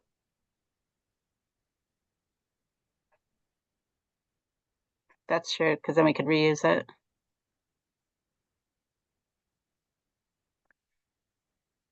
Jamie, it just said this trail. The isn't the Peninsula Trail part of a larger Burrows Loop trail as It well? is. So It if is, we, yes. if someone is on it coming from Okay. another town or something, they might not know, or I don't know. What, Yeah. maybe that's up to trails about what they want or potentially, but if we do a specific name, Mm-hmm. like it could be this section of the Burrows Loop trails if that's how they prefer it. But I think we call it the Peninsula Trail, so I don't know. Yeah, I the like CBC that. article was Peninsula Trail, so. I like this. Yeah. I like this. and so I did choose two different fonts. Grant, does that bother you? That's right. Can I say yes? But That's why I asked the question. You were asked. it does a bit, but I wasn't sure if it was intentional or not, Ellen. So sorry about that. No, so is there one you prefer? And we can, if others want it to be consistent as well. I have no recommendation. I have no I opinion. will leave it to you guys. How's that? I think serif looks more official personally, but so like I guess would be the one for Citizens of Southborough and CPA. I prefer, but no strong preference. Could we make through, I like that. Could we make through the same font size as the Peninsula Trail?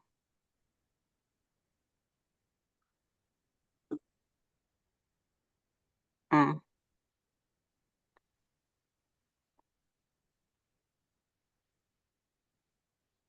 That's better.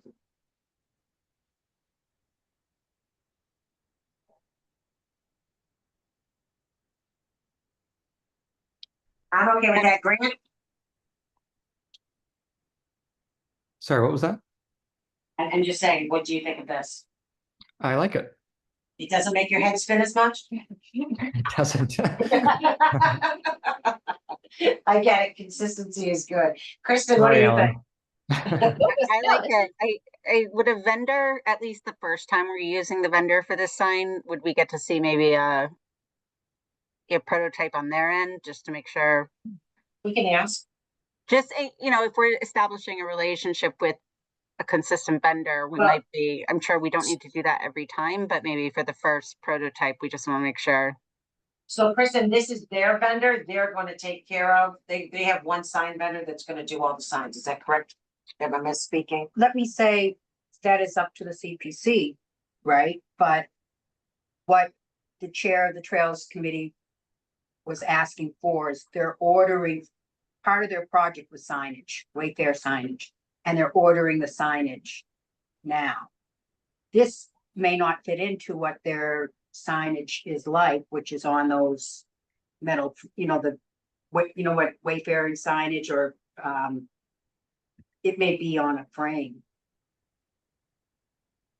So this could be extra and be the way you want it. I think you get, I'm sorry if I'm not being clear.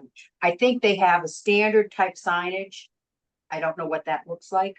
That is, have you ever been on at a national park or something, and they have like interpretive signage, and it's in a big metal frame with pictures inside? I think that may be how they're going. I haven't seen it, but that was part of what was in their application at one time. So this may, you could do it either way, but this may be, if you want it to look your way, then I think you get to submit your. So I think we submit this to them, we decide on the size, we decide, you know, with PVC is where we wanna go. And then we just tell them we want to see the mock-up of the sign prior to actual printing. I don't think that's asking a lot, because they should be looking at the mock-ups anyway. And if they don't want to do it this way, then they can come back and present to you what they want, which Right. we kind of asked for, right? Right, but we're going with what they like, so for size. Now Salem, on their permanent signs for construction projects that receive 100,000 or more. A permanent sign of plaque minimum, their minimum is 12 by 12, which makes sense. I mean, I would expect this to be the size of an election sign. My 2 cents. I mean, I think a good chunk of money through both projects came from the town, 211,000 and then 47,000. So, and granted, there was grant monies that came from others as well. So, anybody thoughts on size? When you say, Go ahead. sorry. Can anyone see what I'm putting on this table? That's Well, that's what I'm saying. That's like a sign for a political sign could be this big. No, my political signs were like that. I think, hold on. Let me get the size of a political sign. Keep going, Freddie. But Let me see what's here and put this table sideways, and like half of it is what I see in town when you're driving around and you're on the road and you can actually. Numerous times I see in other towns, it stands out. It's not this or a political size sign. It Could is I a large share- political size.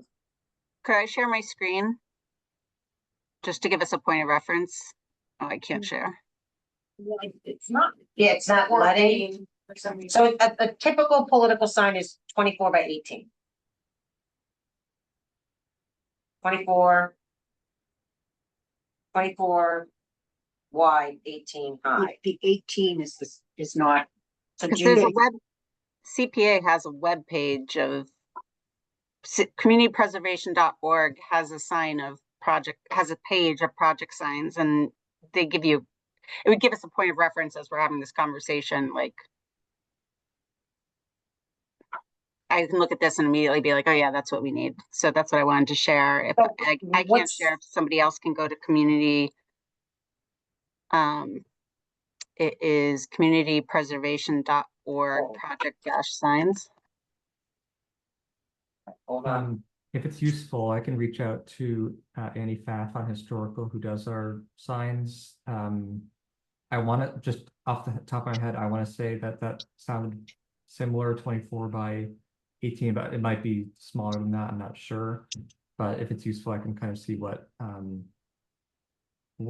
size historical does for the historic house signs, which if you are driving by and you kind of see what they look like, that might be able to give some reference, but I would just be, one thing that historical is mindful of, and just I think I'm mindful of in general, is like sign pollution or over signage. Yes, I yeah. would be hesitant to do like a giant, giant signs just for the sake of having a giant sign.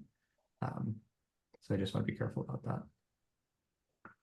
Can we give them a range of like, we don't want it any bigger than this A or any minimum smaller than of- that, and then just you go for it, what they, because they know, right? I feel like the Trails Committee would know what they typically do. I think it depends also on the location. Like if you're in a big open area, people are gonna go for some, shouldn't say that. In my experience, people always want smaller. Mhm. I still think of campaign size and the sign of them, and as you see them as you drive down the road, you see you're coming up upon them. Why don't we say a minimum of 24 by 18? With the preference of. I mean, I don't know that we would want to do 24 by 24. I see plenty that, 24 by 24, On a trail. I would say. so why don't we just say a minimum of 24 by 24 then? Well, that might be too big. I don't know. Do we know if that's the right size? Well, we could say that would be a maximum. you never Yeah. want to. Yeah. I feel like a maximum is better than a minimum personally, but Well, so Brett, what are you thinking? I mean, if you're thinking about sign pollution and not wanting something too big. Are you thinking more like or we just give them this and, I'm assuming they're doing signs for the grants that they got. What size signs? I think the sign should be some level of consistent. I don't know. She didn't give us what she was thinking, so I'd like to give her a few choices. to be honest, I don't think I'm familiar enough with the size of signs right now to give it an actual number. I can try to, as I said, oh, actually, I'm just looking at Historical's website. So we issue signs that are 16 wide by 12 high is what Historical does, which is especially for in person, not driving, like reading it is legible and clearly stands out. Whereas obviously if you're doing something on the side of the road, I think for the National Register district, we did larger ones because those were made on the roadways going in and out of the districts. But so yeah, Historical does 12 by 16, which I think looks nice, but again, maybe it's dependent on project. I mean, that the conservation area in Bridgewater Yeah. Town Hall, so you have that look pretty big. Since comparison. to Yeah, no, I was standing thinking more next if to you them. page down, sorry, go back up the other way, sorry. To. Like the Beverly, general use. I think that's more of a 24 by 18 maybe, again, it's hard to tell, because you're not actually seeing the signs. I think we could maybe give her a range, or give them a range and see what they come up with, and then maybe part of our process is for them to submit options that maybe we can choose from, or that they will normally do, or that they like, so that we are kind of starting from scratch.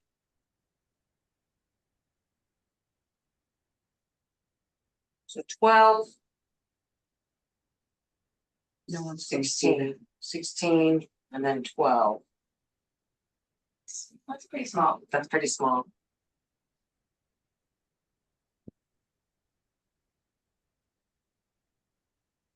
I don't know, I I Like think for this, for recreation, I could see smaller signs like this Marshfield one here. Because we Yeah. have, you're walking in, right? We put it up right by the door of whatever facility, like you're gonna see this smaller sign. you don't want a large sign on a fence, for example. On the trails, you don't have a spot like that necessarily, and it could easily get lost, right, in the surrounding area. So I like something more, yeah, just bigger. Maybe not as big as the Boxford one here, but something more pronounced, because otherwise people will miss it. You can't just hang a little plaque on a tree and think someone's going to see it. So it goes back to, I like the idea. I'm sorry, I don't know if it was Katie or Ellen that said, maybe it has to be part of the review process. Can you scroll down to the first one you said you liked for the little, For rec? yeah, that one there in the middle, right? Is that the? Yeah, like Mansfield? for the Richardson tennis court lights, for example. Something like this would be perfectly fine because you mount it right where the people walk into the courts, they're going to see it. Yeah. If you're talking about a trail, we're talking about something different, right? It's just a totally different experience. So you need something, I think, again, more with into the ground that stands out a little bit more, like the Somerville one, maybe. That's big. Yeah, that's big. Wellfleet. I think the Wellfleet, to me, when I look at it, is I would think that's similar to the recreation one, Kristen. I think size wise, they're comparable. Oh, okay.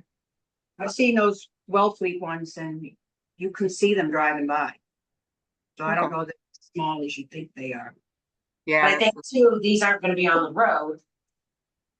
They're gonna be within, as you go into the trail, Next to a parking. not to a parking area, right? So maybe Yeah, a and I think you're little gonna be walking bigger. and seeing it, right? You're gonna be walking by the sign and seeing. Yep. Like I think, well, I don't know exactly, but I think the experience of what you were talking about, Kristen, with rec, kind of seeing it right there as you're going by it, would be similar Yeah. to a trail as you're walking by it, but I don't know. Are you going to have the top cut out like that with a little? It's too bad our seal is so. I wasn't necessarily That's trying to something influence like the shape, more. Well, I think the shape helps make that stand Well, out. it is. The sign that Ellen does has that shape. If you Oh. look at the signs. Sorry, who's sharing this? Here, I'll stop sharing. Okay, can we have Ellen share the sign again? Are you able to share? Yes, thank you. Okay, I wasn't sure it was cut out in that shape because it It was in a is. square box. it's Yes, not. I copied whoever. Hold on. I'm looking at the sign and it does have. Thank you, Ellen. See, Oh, it is on top of it. Look, Oh, okay. So the blue is what's the sign itself. Yeah, the idea is that Okay. would be the mhm. photo. Maybe the one stop could come up with a different seal. I was just saying, I noticed a lot of towns have something pretty. Yeah, interesting. Yeah. All right, so. Where are we falling on this? So we have a sign. I think we're all at PVC, so it's just the size that's the question. So, I'll say I don't I'll- have a strong feeling, like I don't have a strong opinion on this, either way. So if someone does, I'm happy to defer to that.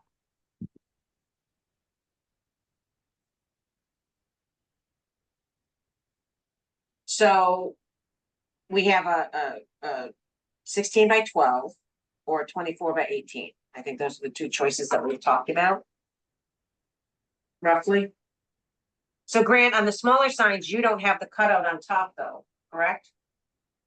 Yeah, I can share my screen or send a link to someone. Well, I'm just asking, does it have the top like this? Because that's adding inches. So if you It did that as doesn't, it's the 12, same exact shape except for the bump on the top. okay, so the um, bump, it's straight across on the top. Yeah. So the bump is gonna be, I would imagine, 5 inches. So if you did it, including the bump at 12 inches, that makes it really small. I think it's small anyhow. Sorry, can I I think that the 12 by 16. No Can I deal. share The 24 by 18? Oh, I can share, yeah. Yeah, you should. So this is what, sorry, oh, can you see that? Yep. Yep. So I don't have one, unfortunately, of like what it looks like on a house, but, so we do have the size is 16 by 12 and 3 3/4 of an inch thick. So it's 16 high to the, Yeah. to the top. So if you were to Yeah. add a bump, it would be 18, 19 inches or whatever it would be on, I was Yeah. imagining it would be on top of, so essentially the square is 16, or the rectangle is 16 by 12, and then whatever the bump is whatever the bump is. Personally, I'm having a tough time visualizing what this would look like at the two different sizes. I just know that this is legible, standing at quite a distance, I think, especially if we're doing big font, which I think we are, but that's really all I can add is without really, yeah, I can't really get a good sense of the size difference between the two of them. Where the sign designer though can step in and help us. I mean, this Well, is what they do. us. It would be, Chris, it would be. Go ahead. Trails Yeah. where couldn't we ask for two different rendering, or they or whomever in our process until we figure this out, two different renderings? I would imagine they can do that now to kind of show us what it would look like. They at the can, two but different sizes. they're preparing to order the signs now. So if we ask for renderings and sizes, it would put us to November 19th. So If they're preparing to order, haven't they already made this decision? no, it's a CPC decision on the sign. They want us to tell them what we want. They have. Go ahead. I don't know. I was just going to say though, as far as this compared this to the CPA signs. This is on a house. It's very different than a sign that's on a standalone In a field. field, or not even a standalone, but just in a post. What's appropriate on someone's house is very different than something that's on a signpost with air around it. You're gonna have a post there and then a small sign on top of it. Is it encased in something, you know, so. I think 12 inches is small. They look great on a house, but nobody in a house is gonna want a big sign on their house. That looks appropriate for a historical home. That's Can what I'm you- saying. Can you text Kat? I don't know if she'll answer, but can you just text her and ask her what size sign she's looking at? For. Just again, I'm trying to get an idea. I don't want to say we do a 12 by 16 and then they're doing 24 by 18 for everybody else. So, Can we tell them I know. 18 by 24 unless that's like inconsistent yeah, with the other signs you're doing? yeah. Because again, I think in the woods too, to Freddie's point, you know, you've got something, I think Kat was mentioning maybe by a bridge or, you know what I mean? So. Over time. I don't know, I'll kind of leave it up to everybody else. Yeah, let's say 18 by 24, and if all their Just other do signs are 16. much bigger or much smaller, Okay. tell Our us. preference is 18 by 24, but we want to be consistent with what? Yeah. Yeah. How's that? They can have the discretion. Right, with our preferences. Yep. Grant, are you okay with that? Yeah, as I said, I really can't get a good sense anyway of what. the Okay, but I'll still ask for a mentioned. mock-up of it, but I think that they're just going to move ahead sooner rather than later. And again, this isn't on CPC, it's just, you know, we found out about it, we're quickly trying to adhere to, you know, a schedule, that's all. All right, so 24 by 18 is the preference, but we want it consistent with other signs, okay. And then, we're good with PVC. Are we good with the colors? I mean, those are the Southboro's colors. That was, yeah, I mean, so I couldn't find a style guide, but these are the colors I took from the website. Okay. I mean, I'm okay with the colors. I think that they're in kind of in Algonquin's colors, you know, the maroon and It looks maroon to me, who knows, maybe I'm colorblind. and it's- No. Okay. Okay, so for this one, and then we'll table the rest of them, and we'll come back with more discussion on them at our next meeting. Kristen will work with Ellen and, you know, try to come up with a policy. You know, and it'll give us a better idea too, to take the time to kind of look at other signs as well, and the sizes of other signs. Okay.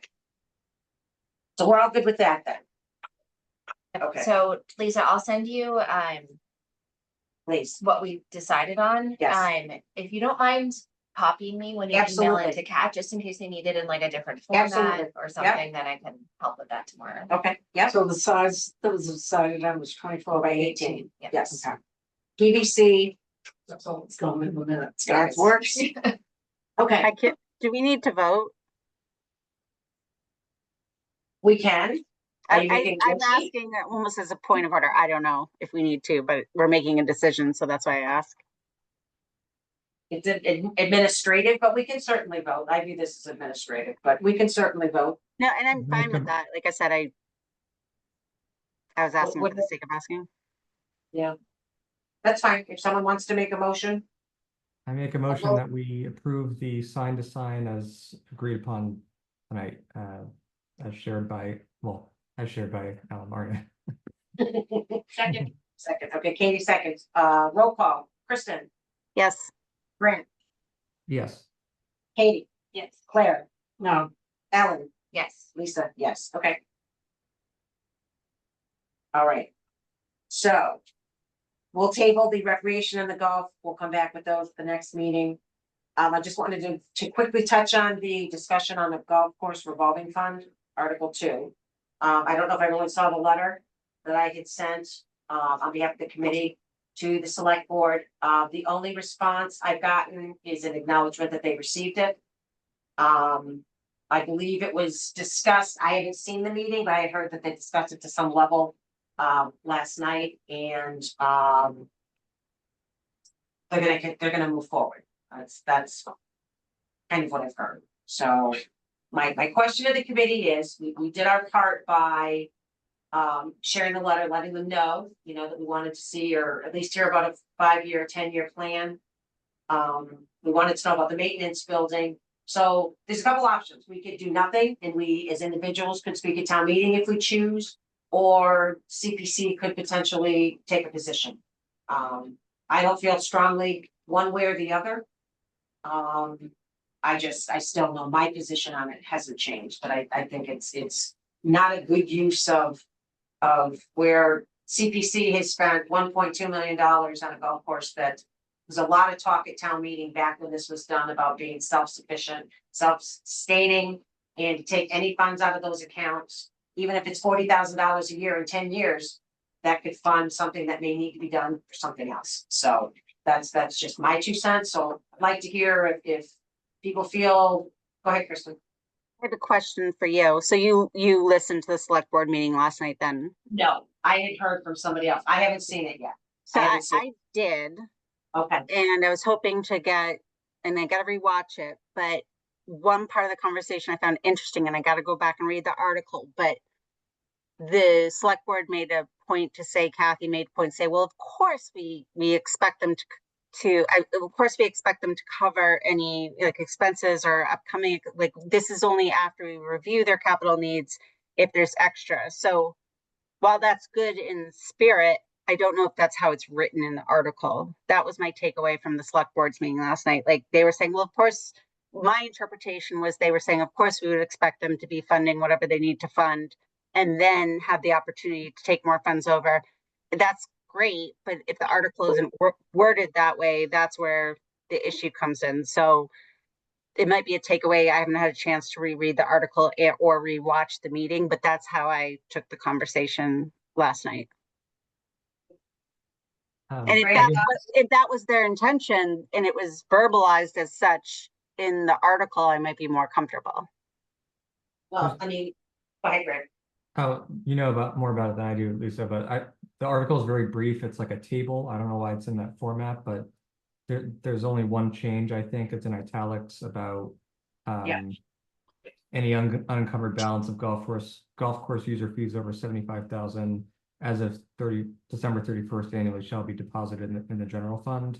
There's nothing Shall be. So about, that's, to me, that's like, it's great that they can, I appreciate the sentiment that they obviously would expect that future needs are covered, but if it's not in the article, yeah, it's then, not in the article. That's what I was then that saying. creates issues. Katie, anything?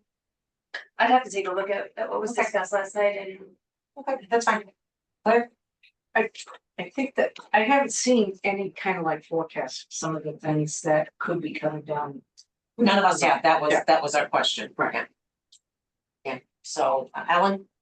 I think same takeaway as Kristen. I watched a bit of the meeting and heard those sentiments expressed, but it's hard when it doesn't line up with what's in the actual article. Okay. So we have a choice. We can, attend town meeting, you can speak as a citizen, or CPC could take a position.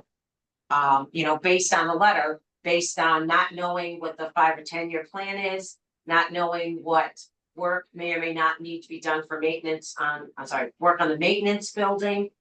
And again, I just think it's important that for something that was supposed to be self-sustaining, CPC, which is taxpayer funded, has spent $1.2 million so far. And so again, there's a couple different ways we could do it. We could take a position on. I make a ahead. motion to take a position on Article, what 2. number is it? 2, thank you. Expressing the CPC's non-support of the article. Is there a second for discussion, or is there a second? Second. Does anyone want to discuss this further? I mean, I'm happy if the committee wants to take a position. I will stand up at town meeting floor and share what I just said. The what's in the letter, basically, that a lot of money has been spent, and we would just like to know if a 5 or 10-year plan has been done, and what, if any, work has been done. And I would share that, we had sent the letter to the select board as well, and we had yet to get a response. So, we have a motion and a second. Any further discussion? Okay, those in favor? I'll just say I shared it on screen if anybody hasn't. Or needs Thanks, to Fran. Okay. to view There's it. the warrant article.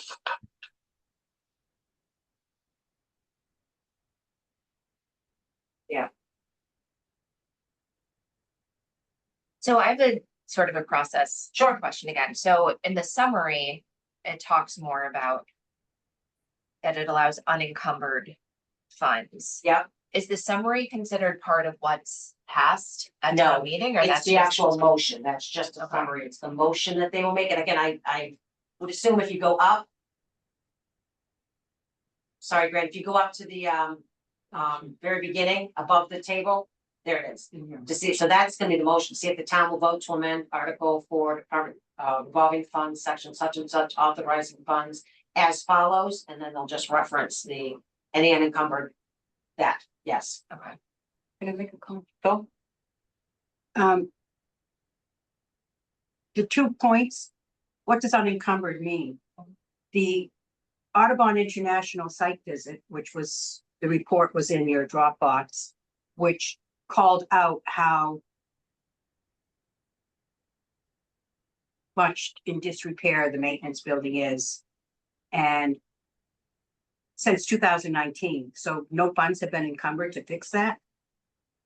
And that's a huge liability for the town, because that report has been out there.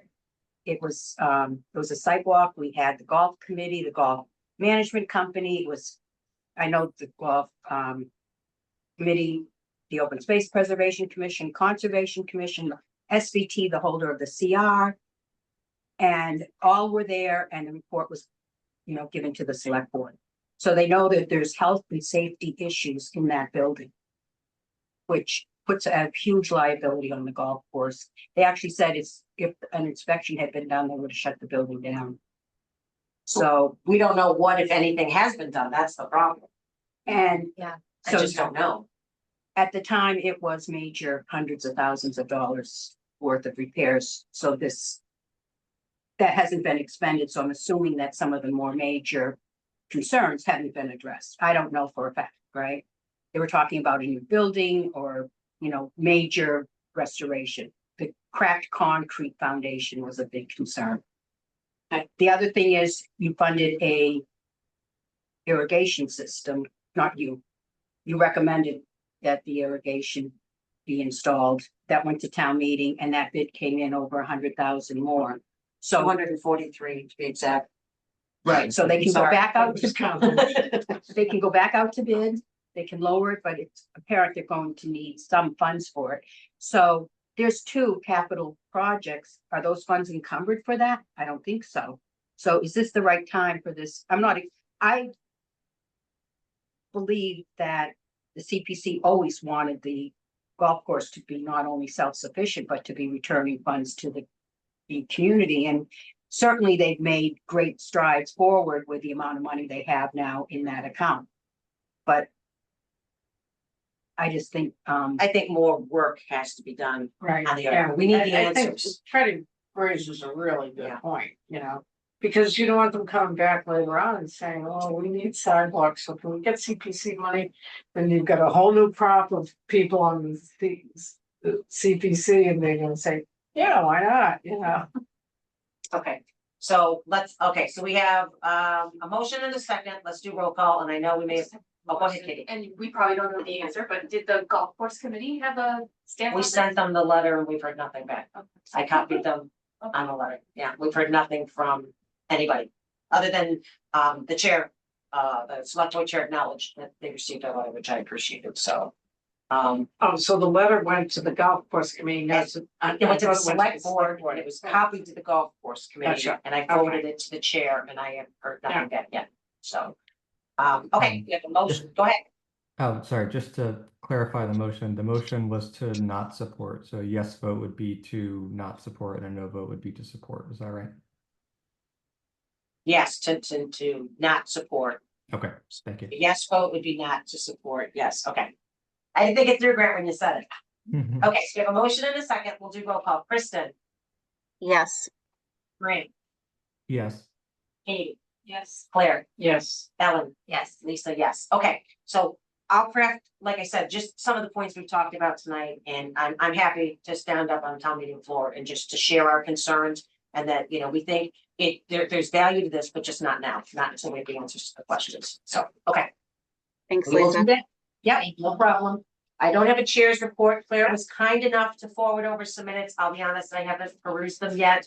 So, if the committee's, willing, we'll table that until the 19th, and I'll also have, Claire did have a good find that we're trying to get the answer to, that the minutes from March 17th were in the Dropbox to be approved at the meeting that I wasn't at. But March 17th? yeah, the Yeah. minutes, no, the meeting minutes were March 17th. Oh, okay. Yes. I believe it was, hold on. Hold No, on, I so- wrote- The one that you were at that we Yeah. met just to do minutes. Yeah, Yes. so that should be on me. For our next meeting, I'll have a draft. We just approved 3 or 4 sets of minutes. Right, so the 3 sets of minutes that were approved are already on the town website, but the 4th, which is the March 17th meeting minutes, there's only a draft on the town website, which I had provided, just Oh, so okay. yeah, so I'm just trying to find out if those minutes were approved, and if they were, then we need to get them, but the video's not up. So I gotta ask Hassan to put the video up so we can go back and look, or if somebody remembers if you proved all 4. The minutes, the draft copy that was in the website was Ellen was the only one that had edited them from March 17th, so we'll just, Go If ahead, it's Greg. useful, I think I was the one who said, you weren't there for that meeting, right, Lisa? So correct. I had made the edits on my screen and I think I submitted. But so it should be in my email history about which sets of minutes I submitted. But you could be right that we didn't have any additional edits to that set. I'm not Yeah, sure. so I don't know, so I don't know if it was approved, so we'll go back and that one, and then Claire's kind enough that she's doing the minutes for tonight. I'm gonna do the minutes As from, we speak. she's great, I'm gonna do the minutes, go ahead.